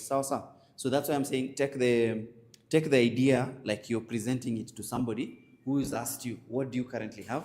You've said you have a website. And what do you currently need? You've said bins. And if I was to check in with you in 6 months' time, what would be that thing that we check on? So it could be you have data in terms of where the bins can be placed. It can also be like your website now will be fully fledged in terms of you've mapped out where the bins will be. You've mapped out, you have ideas of where you'll get the bins, etc., etc. That makes sense? Nisa? Yeah. So for you guys, I think, let me just add data here as an example of how that can also pan out. Most of these things zitakuwa similar in different groups. So I can throw this next to the guys who are doing number 6, digital marketing. So I think ilikuwa hiyo meza. Ndaomba transfer the mic across the table. Ndaomba transfer mic to across the table. So you can go. You can just share those 3 things that. Seriously. Over to you. Sasa naongea nini?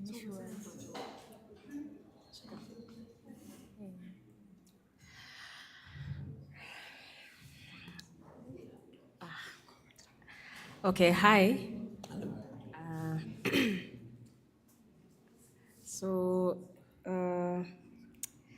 What we have currently, first of all, I'll start with apology. I was not around last Saturday, so I did not create a website. Okay. So right now we are still on creating the website. Yeah. On digital marketing. That's okay. What if you found somebody and you're selling your idea to them?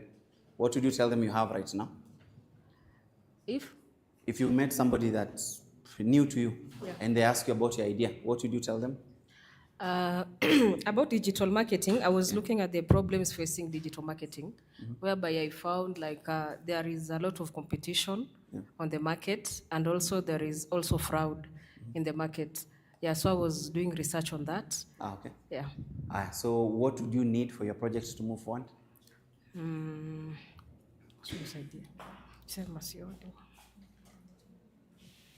I'll make the internet more affordable and so that people can get what can I say, like the access, as in hakutakuwa na fraud, Yeah. whereby kuna hiyo openness na kuna hiyo nini ya kuzuia. Yeah. So, so what would you need, like for your project? What would you need for your project? Musifikirie sana. It's easy. I want you guys to think like you're selling this idea to somebody. Sawa. So if I come and ask you, like, you've told me like you're building a website that will be able to support people to do digital marketing, and you're looking to curb fraud and access to resources, you know. You currently have the website. So what would you need for you to move forward?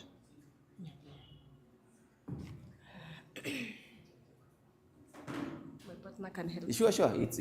It's your project. You can mnaweza saidiana. The more voices, the better. Msijali, kila mtu ataongea one way or another, kila mtu ataongea. So, wacha ni simplify, ndio isikwe too complex. For you to have your project isonge mbele, unahitaji nini from where you are? First of all, nahitaji net. So I'll just write here network. Yeah. Yes, internet.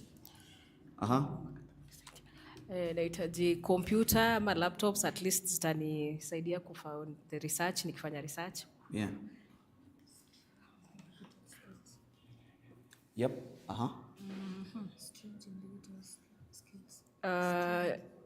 Nini in digital skills. Okay. The skills. The skills, yeah. Is there any tool you need? I think that one is okay. You are good? Alafu, probably if I met you in 6 months' time, what would be like our indicator of progress? If I met you in June 2026, having worked on this project for 6 months. Okay. What do you think you'd have if the project is successful? Or rather, where we find it in 6 months' time? At least tutakuwa at least tumesolve the major problems. Yeah, on the fraud and on the, at least the competition, because the competition is high, tutakuwa tumejaribu at least msee amepata enough job. So how will we measure it so that it was something that we can measure? How can we measure kuwa umesonga mbele? Like, if you're fighting fraud, what would you use to measure that you've made progress? You're looking to fight fraud, so how do you know that you're fighting fraud? Like, where would you get numbers? What would you have? Like, what do you think you'll have in 6 months' time that will show that umesonga mbele? I think nikifanya enough research na nipate the people wenye pia tumesaidiana, niko na the numbers. Yeah, at least that will show that I've done something. Okay.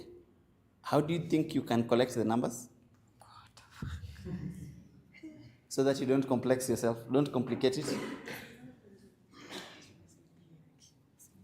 Sawa tu.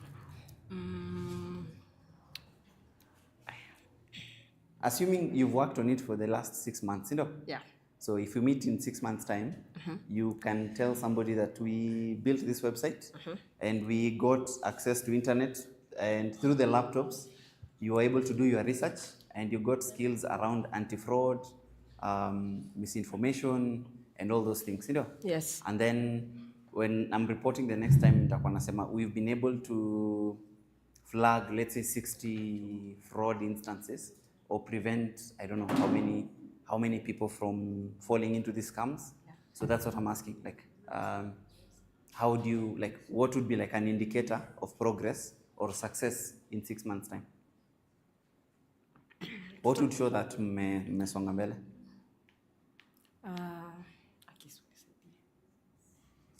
You don't have a? Sure. Wacha akusaidie.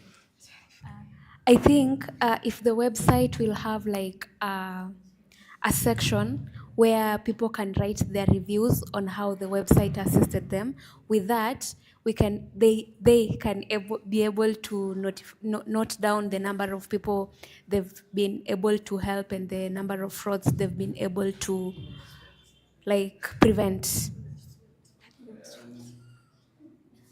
Does her suggestion work for your project? Yeah, it's a good suggestion.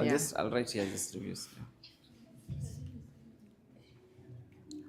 So mnaona tunaweza saidiana and it's a common thing. So thank you so much for your time. So I'll skip number 7, so tutaenda kwa number 8, the group working on unemployment. So skip the next one, pair this table. You can, it's your turn.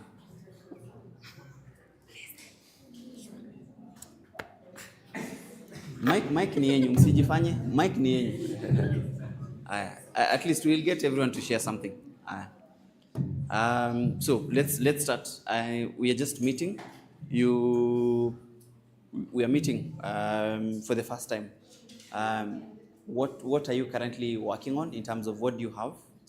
Alafu the second part itakuwa what do you need from where you are to move forward? Alafu the third part itakuwa if I met you in 6 months time, what would be like an indicator kwa mmesonga mbele? Ni sawa? Sawa. You can answer the first question, she can answer the last one. So, we are currently working on unemployment. Tunahitaji.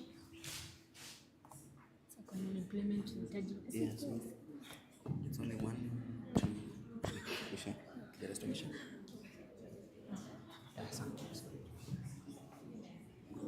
Angalia, ndio sikuwe stressful sana.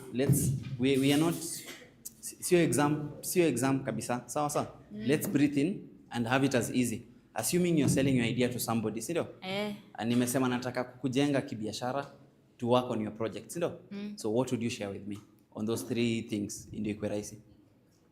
We were working on unemployment. Like kenye sisi tungehitaji. Yeah. What do you have saizi? What do you currently have? Website. So we are currently working on a website lakini bado haiko hapo.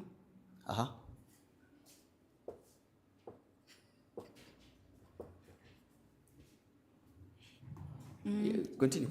What nini kenye tunaweza hitaji ni with other partnerships. Partnering with other nini.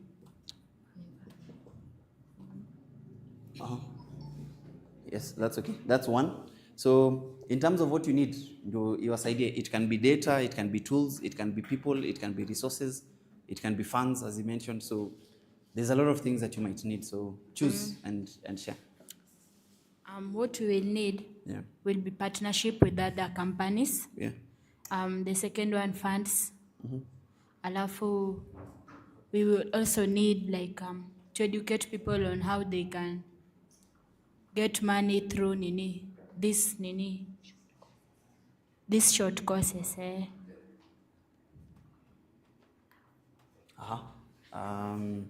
And if I was to meet you in 6 months' time and you've gotten all these things that you need, what would be an indicator that you've moved forward? Youths will already have like, they will be starting working and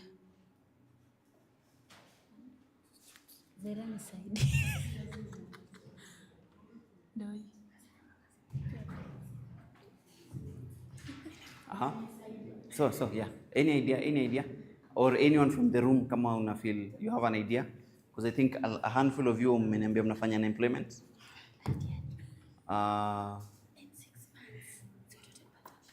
Hakuna jo whisper. Weka tu kwa mic so that tuisikie. Alafu tuendelee. In 6 months, Yeah.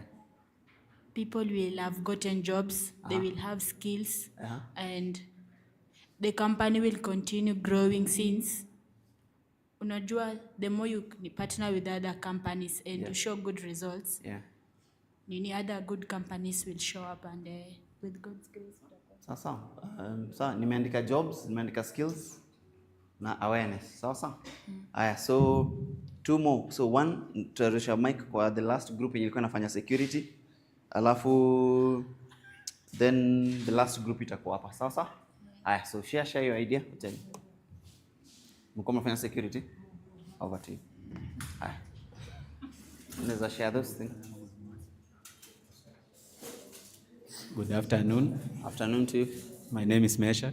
Yes. Right now we are dealing in security in the country. We have created a website where that the people can share their issues. During our project, we made that all the areas must be have there. Some of the lights, everything that they need, but if they're efficient, we must work on them. In some years to come, we may have been creating the youths who have the work to do in the area so that they can avoid be idle. Yeah. And number 2, they can straight with their Kenya Power team to increase our street light in the area to make the safety. 3, the road and revenue authority, we can create with them to make the roads more wider, to avoid the shortcuts or the corridors in the area for the easier passes of the people. Yeah. And the last one, in the area, we can increase the security by building the police stations around the area or employing the security team, like ghetto security in the area, to provide security for all the people in the area so that they can move from one place to another without any difficulties or any harassment. Thank you. I think, did you mention what you need to move forward? Pardon. What you need to move forward with your project from where it is size? To move on, we need a number of people who can work with us as a one team so that to provide easy work and people. Number 3, we need financial support with the people, even in the government.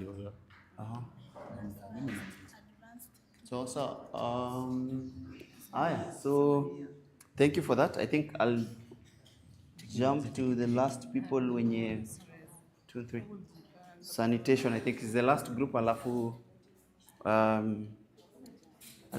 you guys spoken? So they'll wrap it up for us. So you can share. Sanitation. Yeah, you can start with where you are, alafu what you're working on, what you need, alafu what we can maybe benchmark in 6 months' time. You can start with what you have right now. Kuna website. Yes. You have a website. Continue. So what would you need to move forward with what you have? You have financial support. I'll write that one.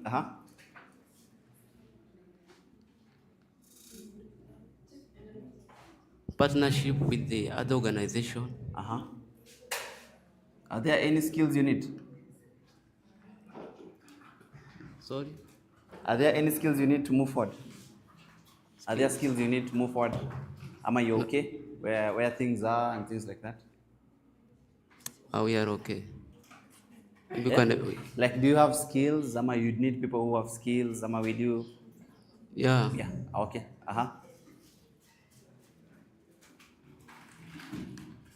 Endelea. You can continue, sir.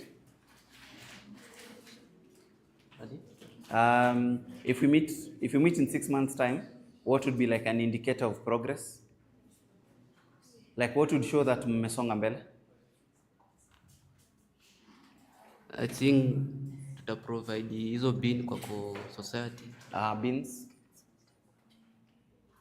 To educate awareness.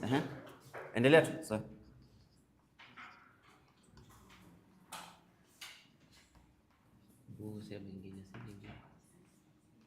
Anything else? Yeah.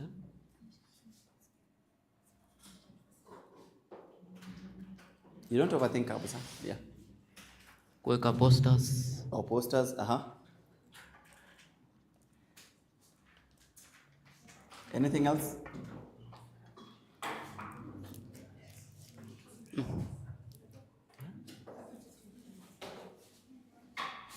You understand? That's okay. So generally the idea that you've been trying to share today has been, you've been working on a series of a couple of avenues that we've been building up. So starting from how you can be able to articulate your problems. The next thing we went was how you can be able to design the kind of solutions for your kind of problems you have. Alafu, I think last week we did the prototypes that you are then able to present. So in all this, I don't know kama you've come to realize, but you've been able to package a concept, an idea into something that you can now share or sell to somebody, sindio? So why today I think it was relevant for us to have everyone's voice. Najua wengine mnaogopa kushare, but at some point it's important for you to be able to share the kind of ideas you have with other people, because you're not, who is building a solution from themselves hapa? I doubt, sindio? So we are building stuff that we have to share with other people. So that's what we're trying to sensitize and be able to bring forth kuwa. In as much as you're working on things, it has to be, you have to get to be able to share that, what you're working on. And in case you need those partnerships, for those who said they need partnerships, for those partners, they also want to know unafanya nini, uko wapi, na unahitaji nini, sindio? Before, and then, now that if they'll be able to partner with you, what will you be tracking through that partnership, sindio? So, in as much as we've done it, you've gotten like 2 to 3 minutes, but it also helps every time you're working on a challenge, find a way of being able to also be able to present it. I know maybe we've not had enough times, but the next phase would have been able to get your project, do it in a few slides, maybe 5 slides, and be able to use those slides as a way of you showing that we are working on this challenge. This is where we are when you're working on this challenge. So for example, let me pick one of this and say, we are working on security as an example. Where we are currently, we have a website that we are hoping to use it for creating awareness and be able to map out where our bins exist. What we currently need is people to help us and a community to support us in terms of where we are working on.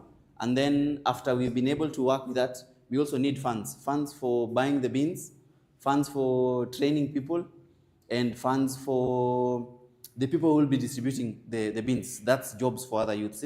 So by that point, I have shared what problem we are working on, where we are currently, and what we need to move forward.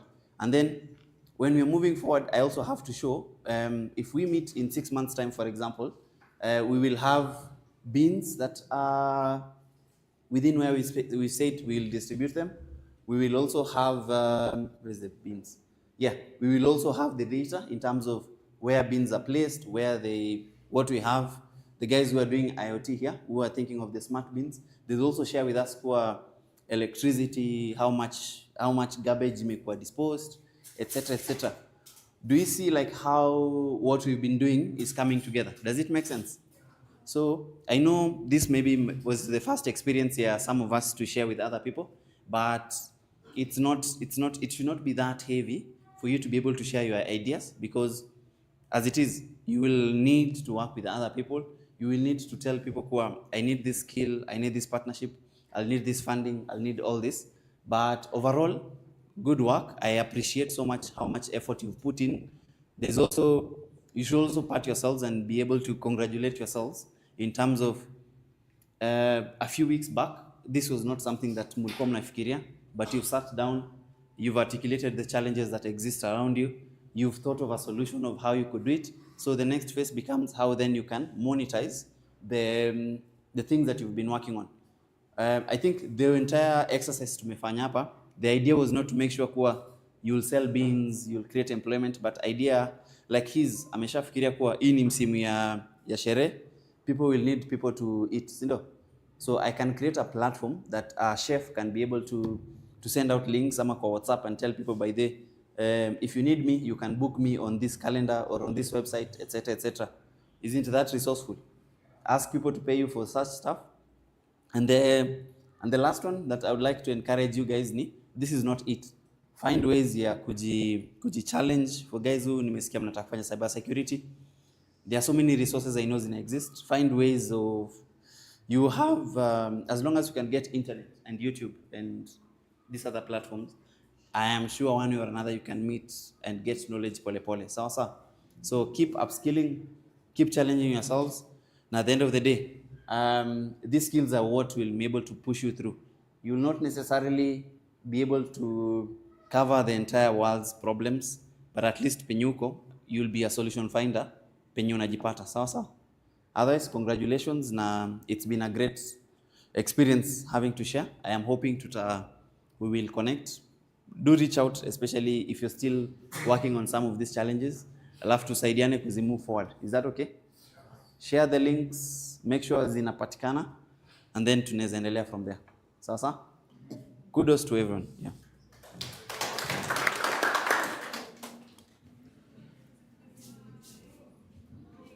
Okay, simpigie Robin makofi vizuri. I've put for you that discussion here, but try to remember everything he's told you, and then these links are also on YouTube. I don't want to dilute anything he's told you. It's lunchtime.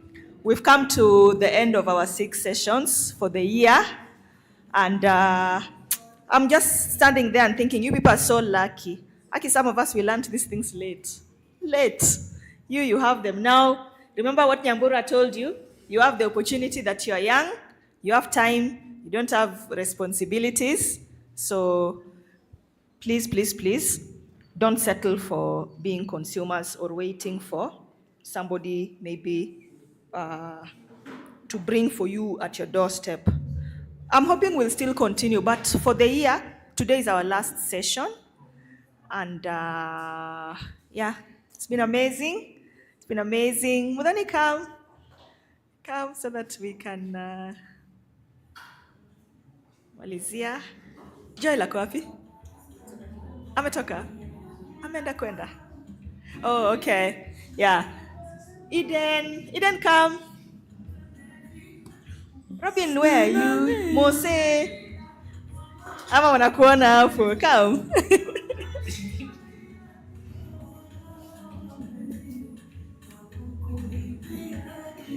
Anthony. Naishi wapawa. Penzi la kumizani. Who is Anthony? Good. Come. Naishi wapawa. Penzi la kumizani. Anyway, together we were, our agenda here was AI literacy. We've been doing it for nearly the whole year in different places. And because of the good relationship we have with Shofco, now we decided to spend a bit more time with the youth in Shofco. Other places, it's normally just 1 or 2 day affair, but you can see you're special and you're chosen. So a lot is expected from you. But we are not alone. There's Shofco faces, Mose, Anto, Shem. Thanks a lot. We are proud of you. Si mwapatie makofi. Then Shield is Eden, and you also know Eric, yeah? Yeah, please give them a clap.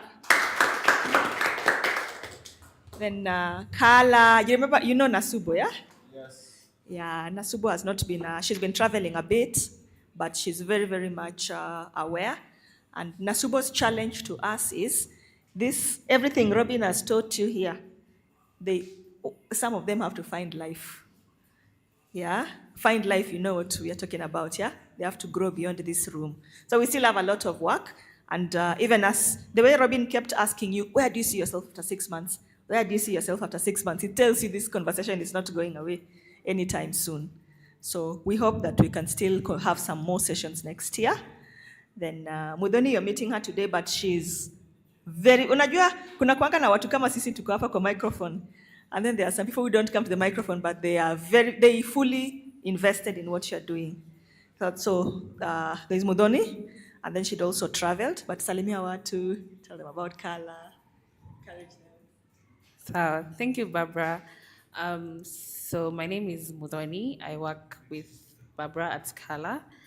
And I think so far, this is my first session. I was away, but now that I'm back, I think you guys have like a really good path ahead of you.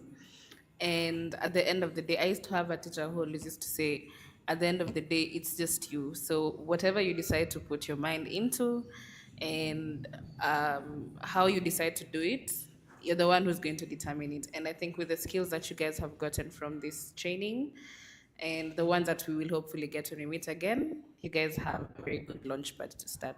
Thank you, and hope to see you again, and Merry Christmas.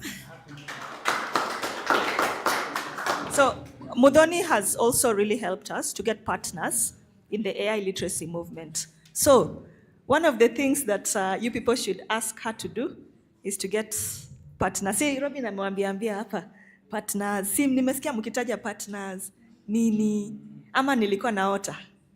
I was awake. So she's very good at that, getting partners who can be able to drive the initiative further. So nimemwongeza hapo kwa group. I've also added some AI engineers there. You met one of them last week, Wayne. There's Alex there. Who else did I add there? There's a gentleman called Fred. Fred would have been here. But there are people who we want to work with you so that you can be able to continue. These sessions don't end because now we don't have the hangouts. They know one or two things about the industry, about the ecosystem, and want them to transfer that awareness to you and hold you. So I hope that we'll be able to meet them in person. Yeah. And then what's the other thing? There's a link starting with Kobo. Fred is the one who prepared it and shared with you in the WhatsApp group because, of course, you're now different from in terms of literacy. You know something that people who are not coming here do not know. And so we would want you to have, some form of certification so that you can also use it. So make sure you fill the form. Fill the form. If you can do it during this session before we leave, the better. But we'll still work with Mose so that before we do the final issuing of certifications. So from us, I think thank you. Please give yourselves a clap. Even if it's a tired clap, we are very proud of you. Very proud of you.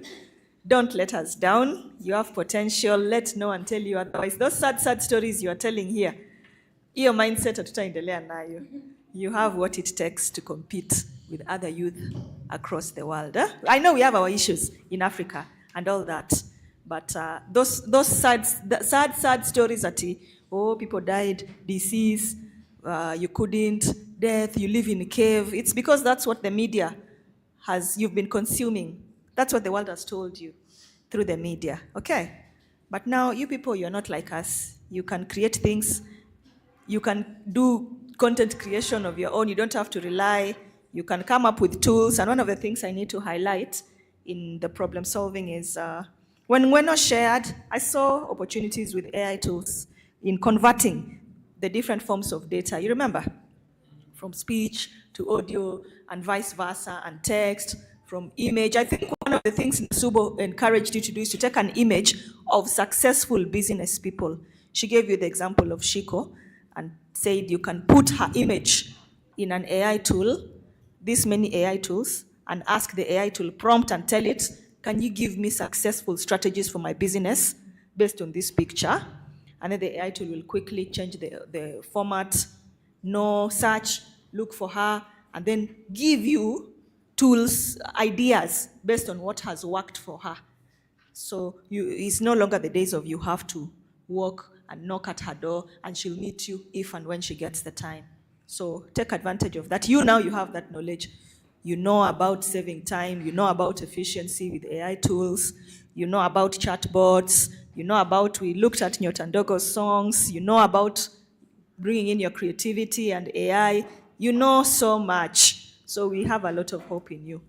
So I'll just stop because I know it's lunchtime. As you can see, I even feel that time has run out. Does anyone want to say anything?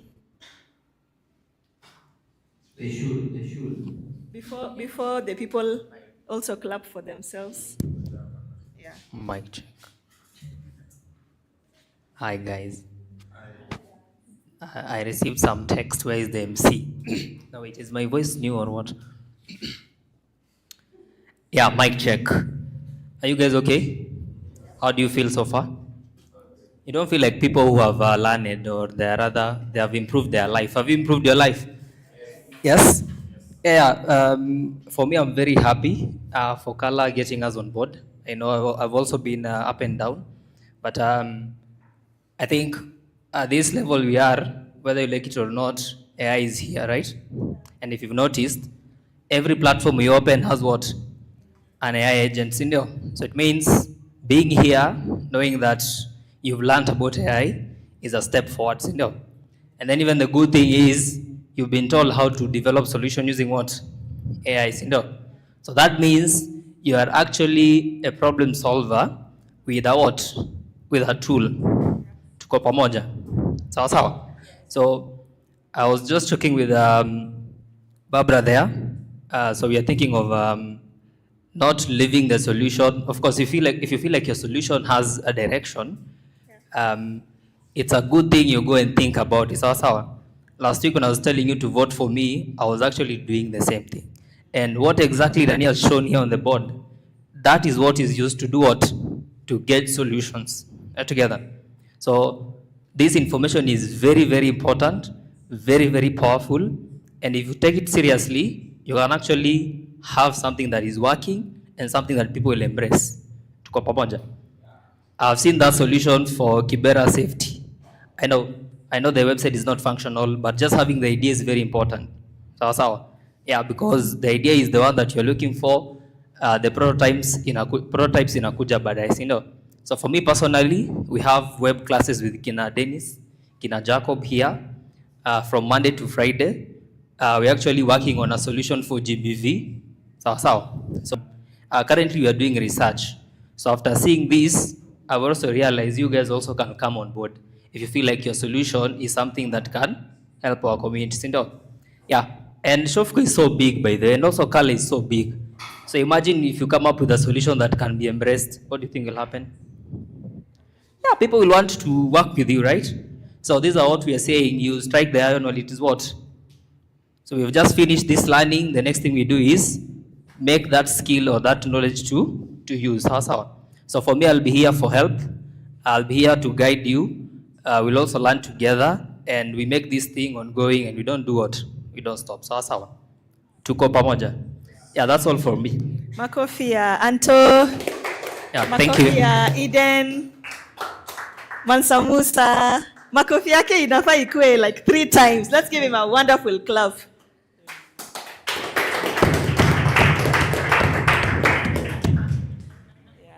Mansa Musa, you want to talk to your people, ama you They know that I'm a man of few words. Ni nywele imeisha. Nywele imeisha. Wamesema nywele imeisha. You're growing old. Nywele witu. Amepaka dai. Which nywele? Sawa. So last year I got an opportunity to go to grad technology, man web development. I came up with an idea while I was there, but I never completed it.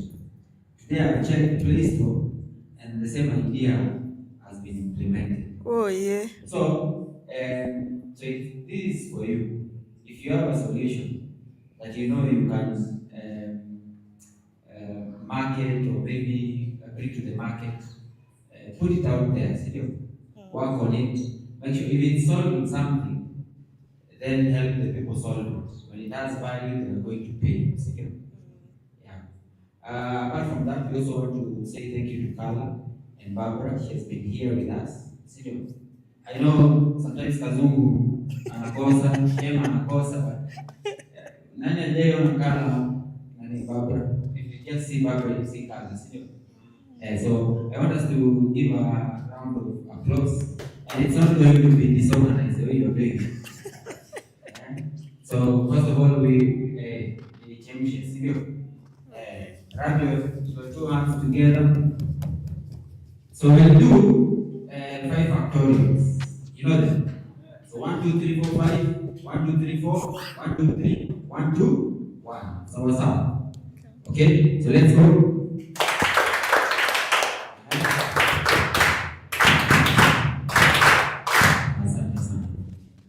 Thank you. Now there's a special group of people that need to be celebrated.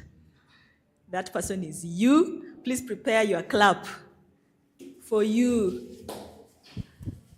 Those of you who listen to hip hop, I was in a graduation somewhere yesterday, they were saying there's an artist called Snoop who said, I want to thank me for believing in myself. Inakwanga aje, anasemanga nini?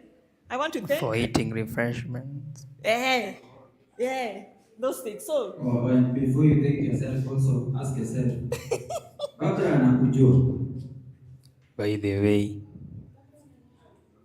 Barbara anakujua kweli? Bella. Tumekaa hapa 6 weeks. Apart from Amos aende. I know you. So apart from Amos Yeah. and Blessed, I know The dancer. She also knows Bella, George. George. Barbara, niko na challenge. Barbara, I have a challenge for you. Yes. Yes. I want you to give me the name. And this guy has been very active. Where is he, by the way? Yes. Where is the guy? This guy with the hoodie. Do you know him? I know he knows how to dance. Yes. I know he's the one who. He's. I know him because I saw him dancing. Yeah. When the day we were going around in a circle. Yes. Na ukimwambia asimame sahi ata dance, lakini kwa circle hapo nilimjua, but I can't remember the name. Anakuwa na kabagu fulani. Hiyo ndio iko na key to success. Do you know his name? Okay, I don't know his name. Have you talked to her before? So you guys have been very spontaneous in here and you've never known each other. Yeah, you see now. Yeah. So does Barbara know you? I would love to know all of How do you. you create a network if you don't socialize? You just come here, sit, after you're done, you go home. Next time, if Barbara has an opportunity at Tabo, she's only going to contact those people she has been talking to. Or she's there. I know if she has a function and she wants somebody to dance.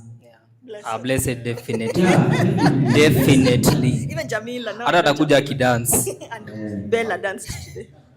So you should also ask yourself, that lady also danced. Wait. Meshach with the hoodie. Barbara doesn't see you with the hoodie. By the way, even the cameraman, I don't know if they know our names ama tuwafukuze. We also don't know their name. Tunazambiwa ule ulikuwa naye pale alikuwa na kamera ndo tunatafuta. Yeah, in fact they should come. Yeah, they should introduce themselves also. Watu wa camera. Yeah. Mtoto news. Yeah. They are coming, but can we clap for the people? This guy, yeah. Wait, I want to see how you want to appreciate yourselves. Haya. Prepare. We'll do this one of 5, 4, ni. Yeah, do you deserve to be clapped for, first of all? Do you feel you know something? Yes. Do you feel like you have something to say? Will you tremble when you hear prompt engineering? Will you run away when you hear LLM? And then you keep quiet. You have something to offer. So we are going to clap for you. You validate yourself, have that confidence, and don't be content with consuming. Are you ready? Yes. Okay, we'll do the one of Mose. Okay, let's start. 1, 2, go.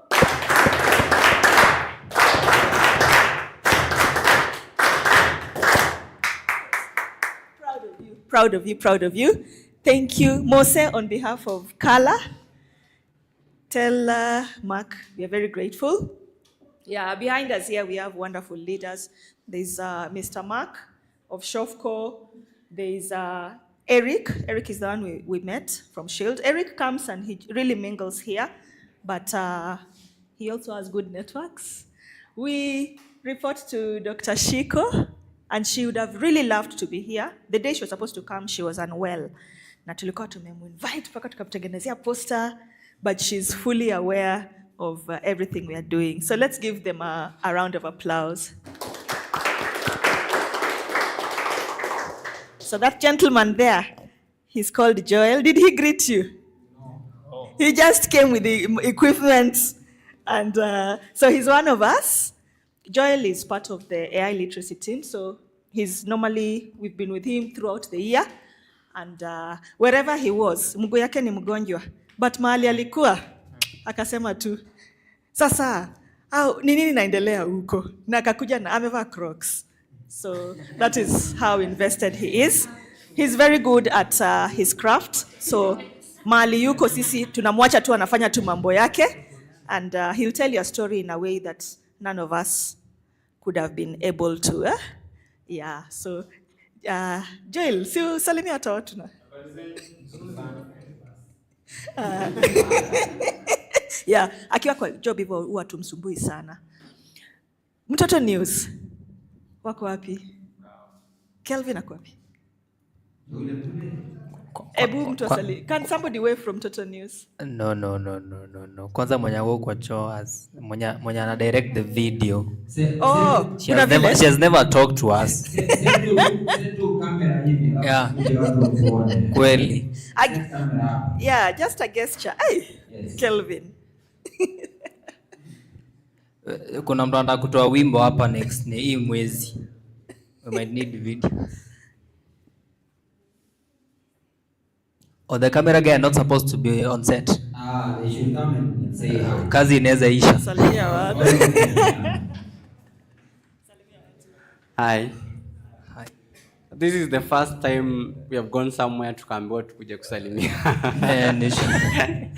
Sisi tunajifichanga huko nyuma, but for the past 6 weeks that we have been here, sisi ni wase wa camera, video and everything, but we have learned a lot. Of course, also waliguza section yetu, of which mambo na ilikuwa ni audio recording and music. So I think pia sisi tunahitaji ku learn more about AI. Ndio at least sio ati inatuchukulia kazi yetu, but inaturahisishia kazi yetu, si ndio? Kweli. But for the cooperation yenye mmeonyesha na wakenye mmekuwa mnakuja mapema, mnafanya kazi na kwa poa, manze, big up to that. So for the organizers of this event, kina Barbara, Shof Kokala, for the good work that they have been doing, sisi tunasema tu waendelee hivyo, si ndio? Yeah, true. Okay, so from production department, wacha niwafunze kitu kimoja. Sign language ya clapping pia mimi nilifunzwa. Yes, that one tunawapatia kina Barbara. And thank you for that. That's all. Okay, my name is Kelvin Mandila from Toto News. Okay. Uko na YouTube channel? Naona Kevin ana kazi. Okay, tuko na our YouTube channel, of which ndio mali tumekuwa tuna live stream event, Mtoto News on YouTube channel, na pia this work is on Kala YouTube channel, so kila mali mnaweza kuipata. Yeah, we can. Okay. Sawa. So I think we'll wrap it up. So we'll great, come and say hello. And because we also have a lady.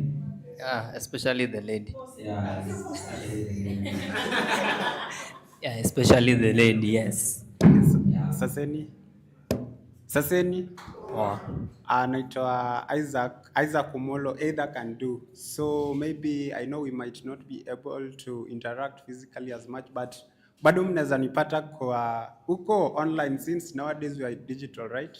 Yeah. Yeah, so watu wako LinkedIn mnaweza nipata Isaac Omolo with double L, Isaac double A and Omolo double L, TikTok Omolo_02. Hizo tu ndio nakuanga active sana. So any other question maybe unaweza uliza hapo baadaye. And I'm so grateful for attending this session. I'm also honored as well to be part of you guys. Sawa? Yes. Wonderful. Thank you. Wanaelewa hivi. Aki watu Yes, yes. ilikuwa session yenyu lakini si mnaona sasa Then, by extension. Finally. Mose tulia. Should we start with the club first? So good afternoon. Good afternoon. So my name is Jen from Total News, and I do live streaming, and also I'm a software developer.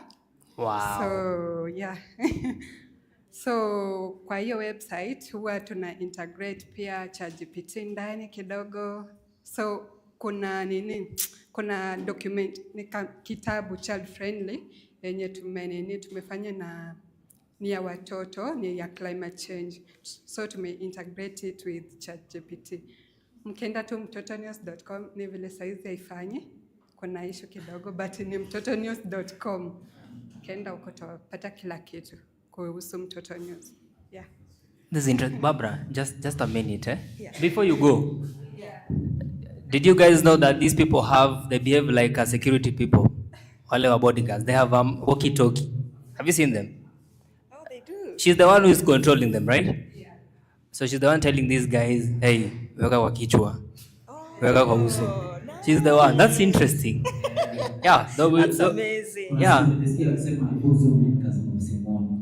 Yeah. Na sisikie sauti yake. That's a very nice. I thought that was interesting. Okay. I think we've come to the end. So we'll prepare for lunch, and as you're having lunch, I think there's a digital challenge. One of the things I had, is it Robin or somebody who kept saying is you have to put your work out there, put yourself out there. Those small things you're doing that you think are not getting visibility, put them out there. Share about what you're learning, share about your lessons. And if you tell stories in an authentic way, normally these days where every post is ChatGPT generated, then the smart thing to do is to be authentic. You get? Because people are tired of the AI generated posts. It's not real anymore. Yeah, so document your learning journey. That way you can network with people. Do not underestimate networking and plugging into communities. Color is a digital catalyst, transformation. And somebody asked me here, do you have a venture lab? And I've remembered, yeah, when I joined there was some students who I think participated in a hackathon, and then they had a good solution for health, and they'd already negotiated. You see, the way sometimes for an organization, it is easy to get other networks and partnerships. So yes, so I'll add the person in the venture studio for WhatsApp group. His name is, what's his name? There's Frank and Clinton, so that they can share a bit more with you. But I'm really, really hoping this is not the last time we are meeting. I'm hoping next year we'll still continue. So apart from that, see, it's time for lunch. Should we wish ourselves a Merry Christmas? We wish you a Merry Christmas. Ama you can play, DJ will play for us some music. But mimi sasa, nimejiondoa hapa. Between me and your lunch, I'm out of the picture. Is this one? Is Mansamusa now? Pia mimi nimejiondoa. It's time for lunch. Karibuni. Mingle. Okay, tutakula hivyo, si ndio? Yeah. Hivyo tu venye tumeketi. But before we give them to you, first of all, we need to return flowers. But I want to give a special shout out to two people. They've been very, very active for the 6 weeks we've been here. Si ndio? You know the two people? Number one is Amos, and then the second one is who? Is who? Is Blessed. There are two people. So it's Amos and Blessed. Sindio? Waendelee na hiyo roho. Sindio? Yes. Oh, akishauta tukuje na nini? Ona M-Pesa message. Baba amesema amekusikiza.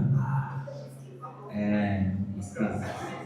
Sawa sawa. So just shut down the computers, tutazipick alafu tupate refreshment zetu, si ndio?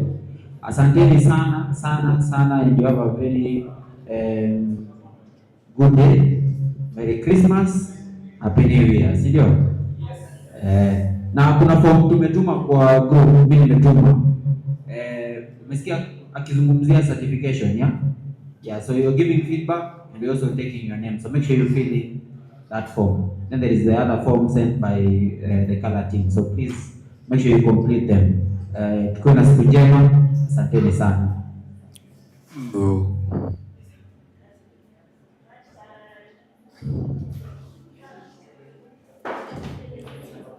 Hiyo ngoma Merry Christmas inaitwaje?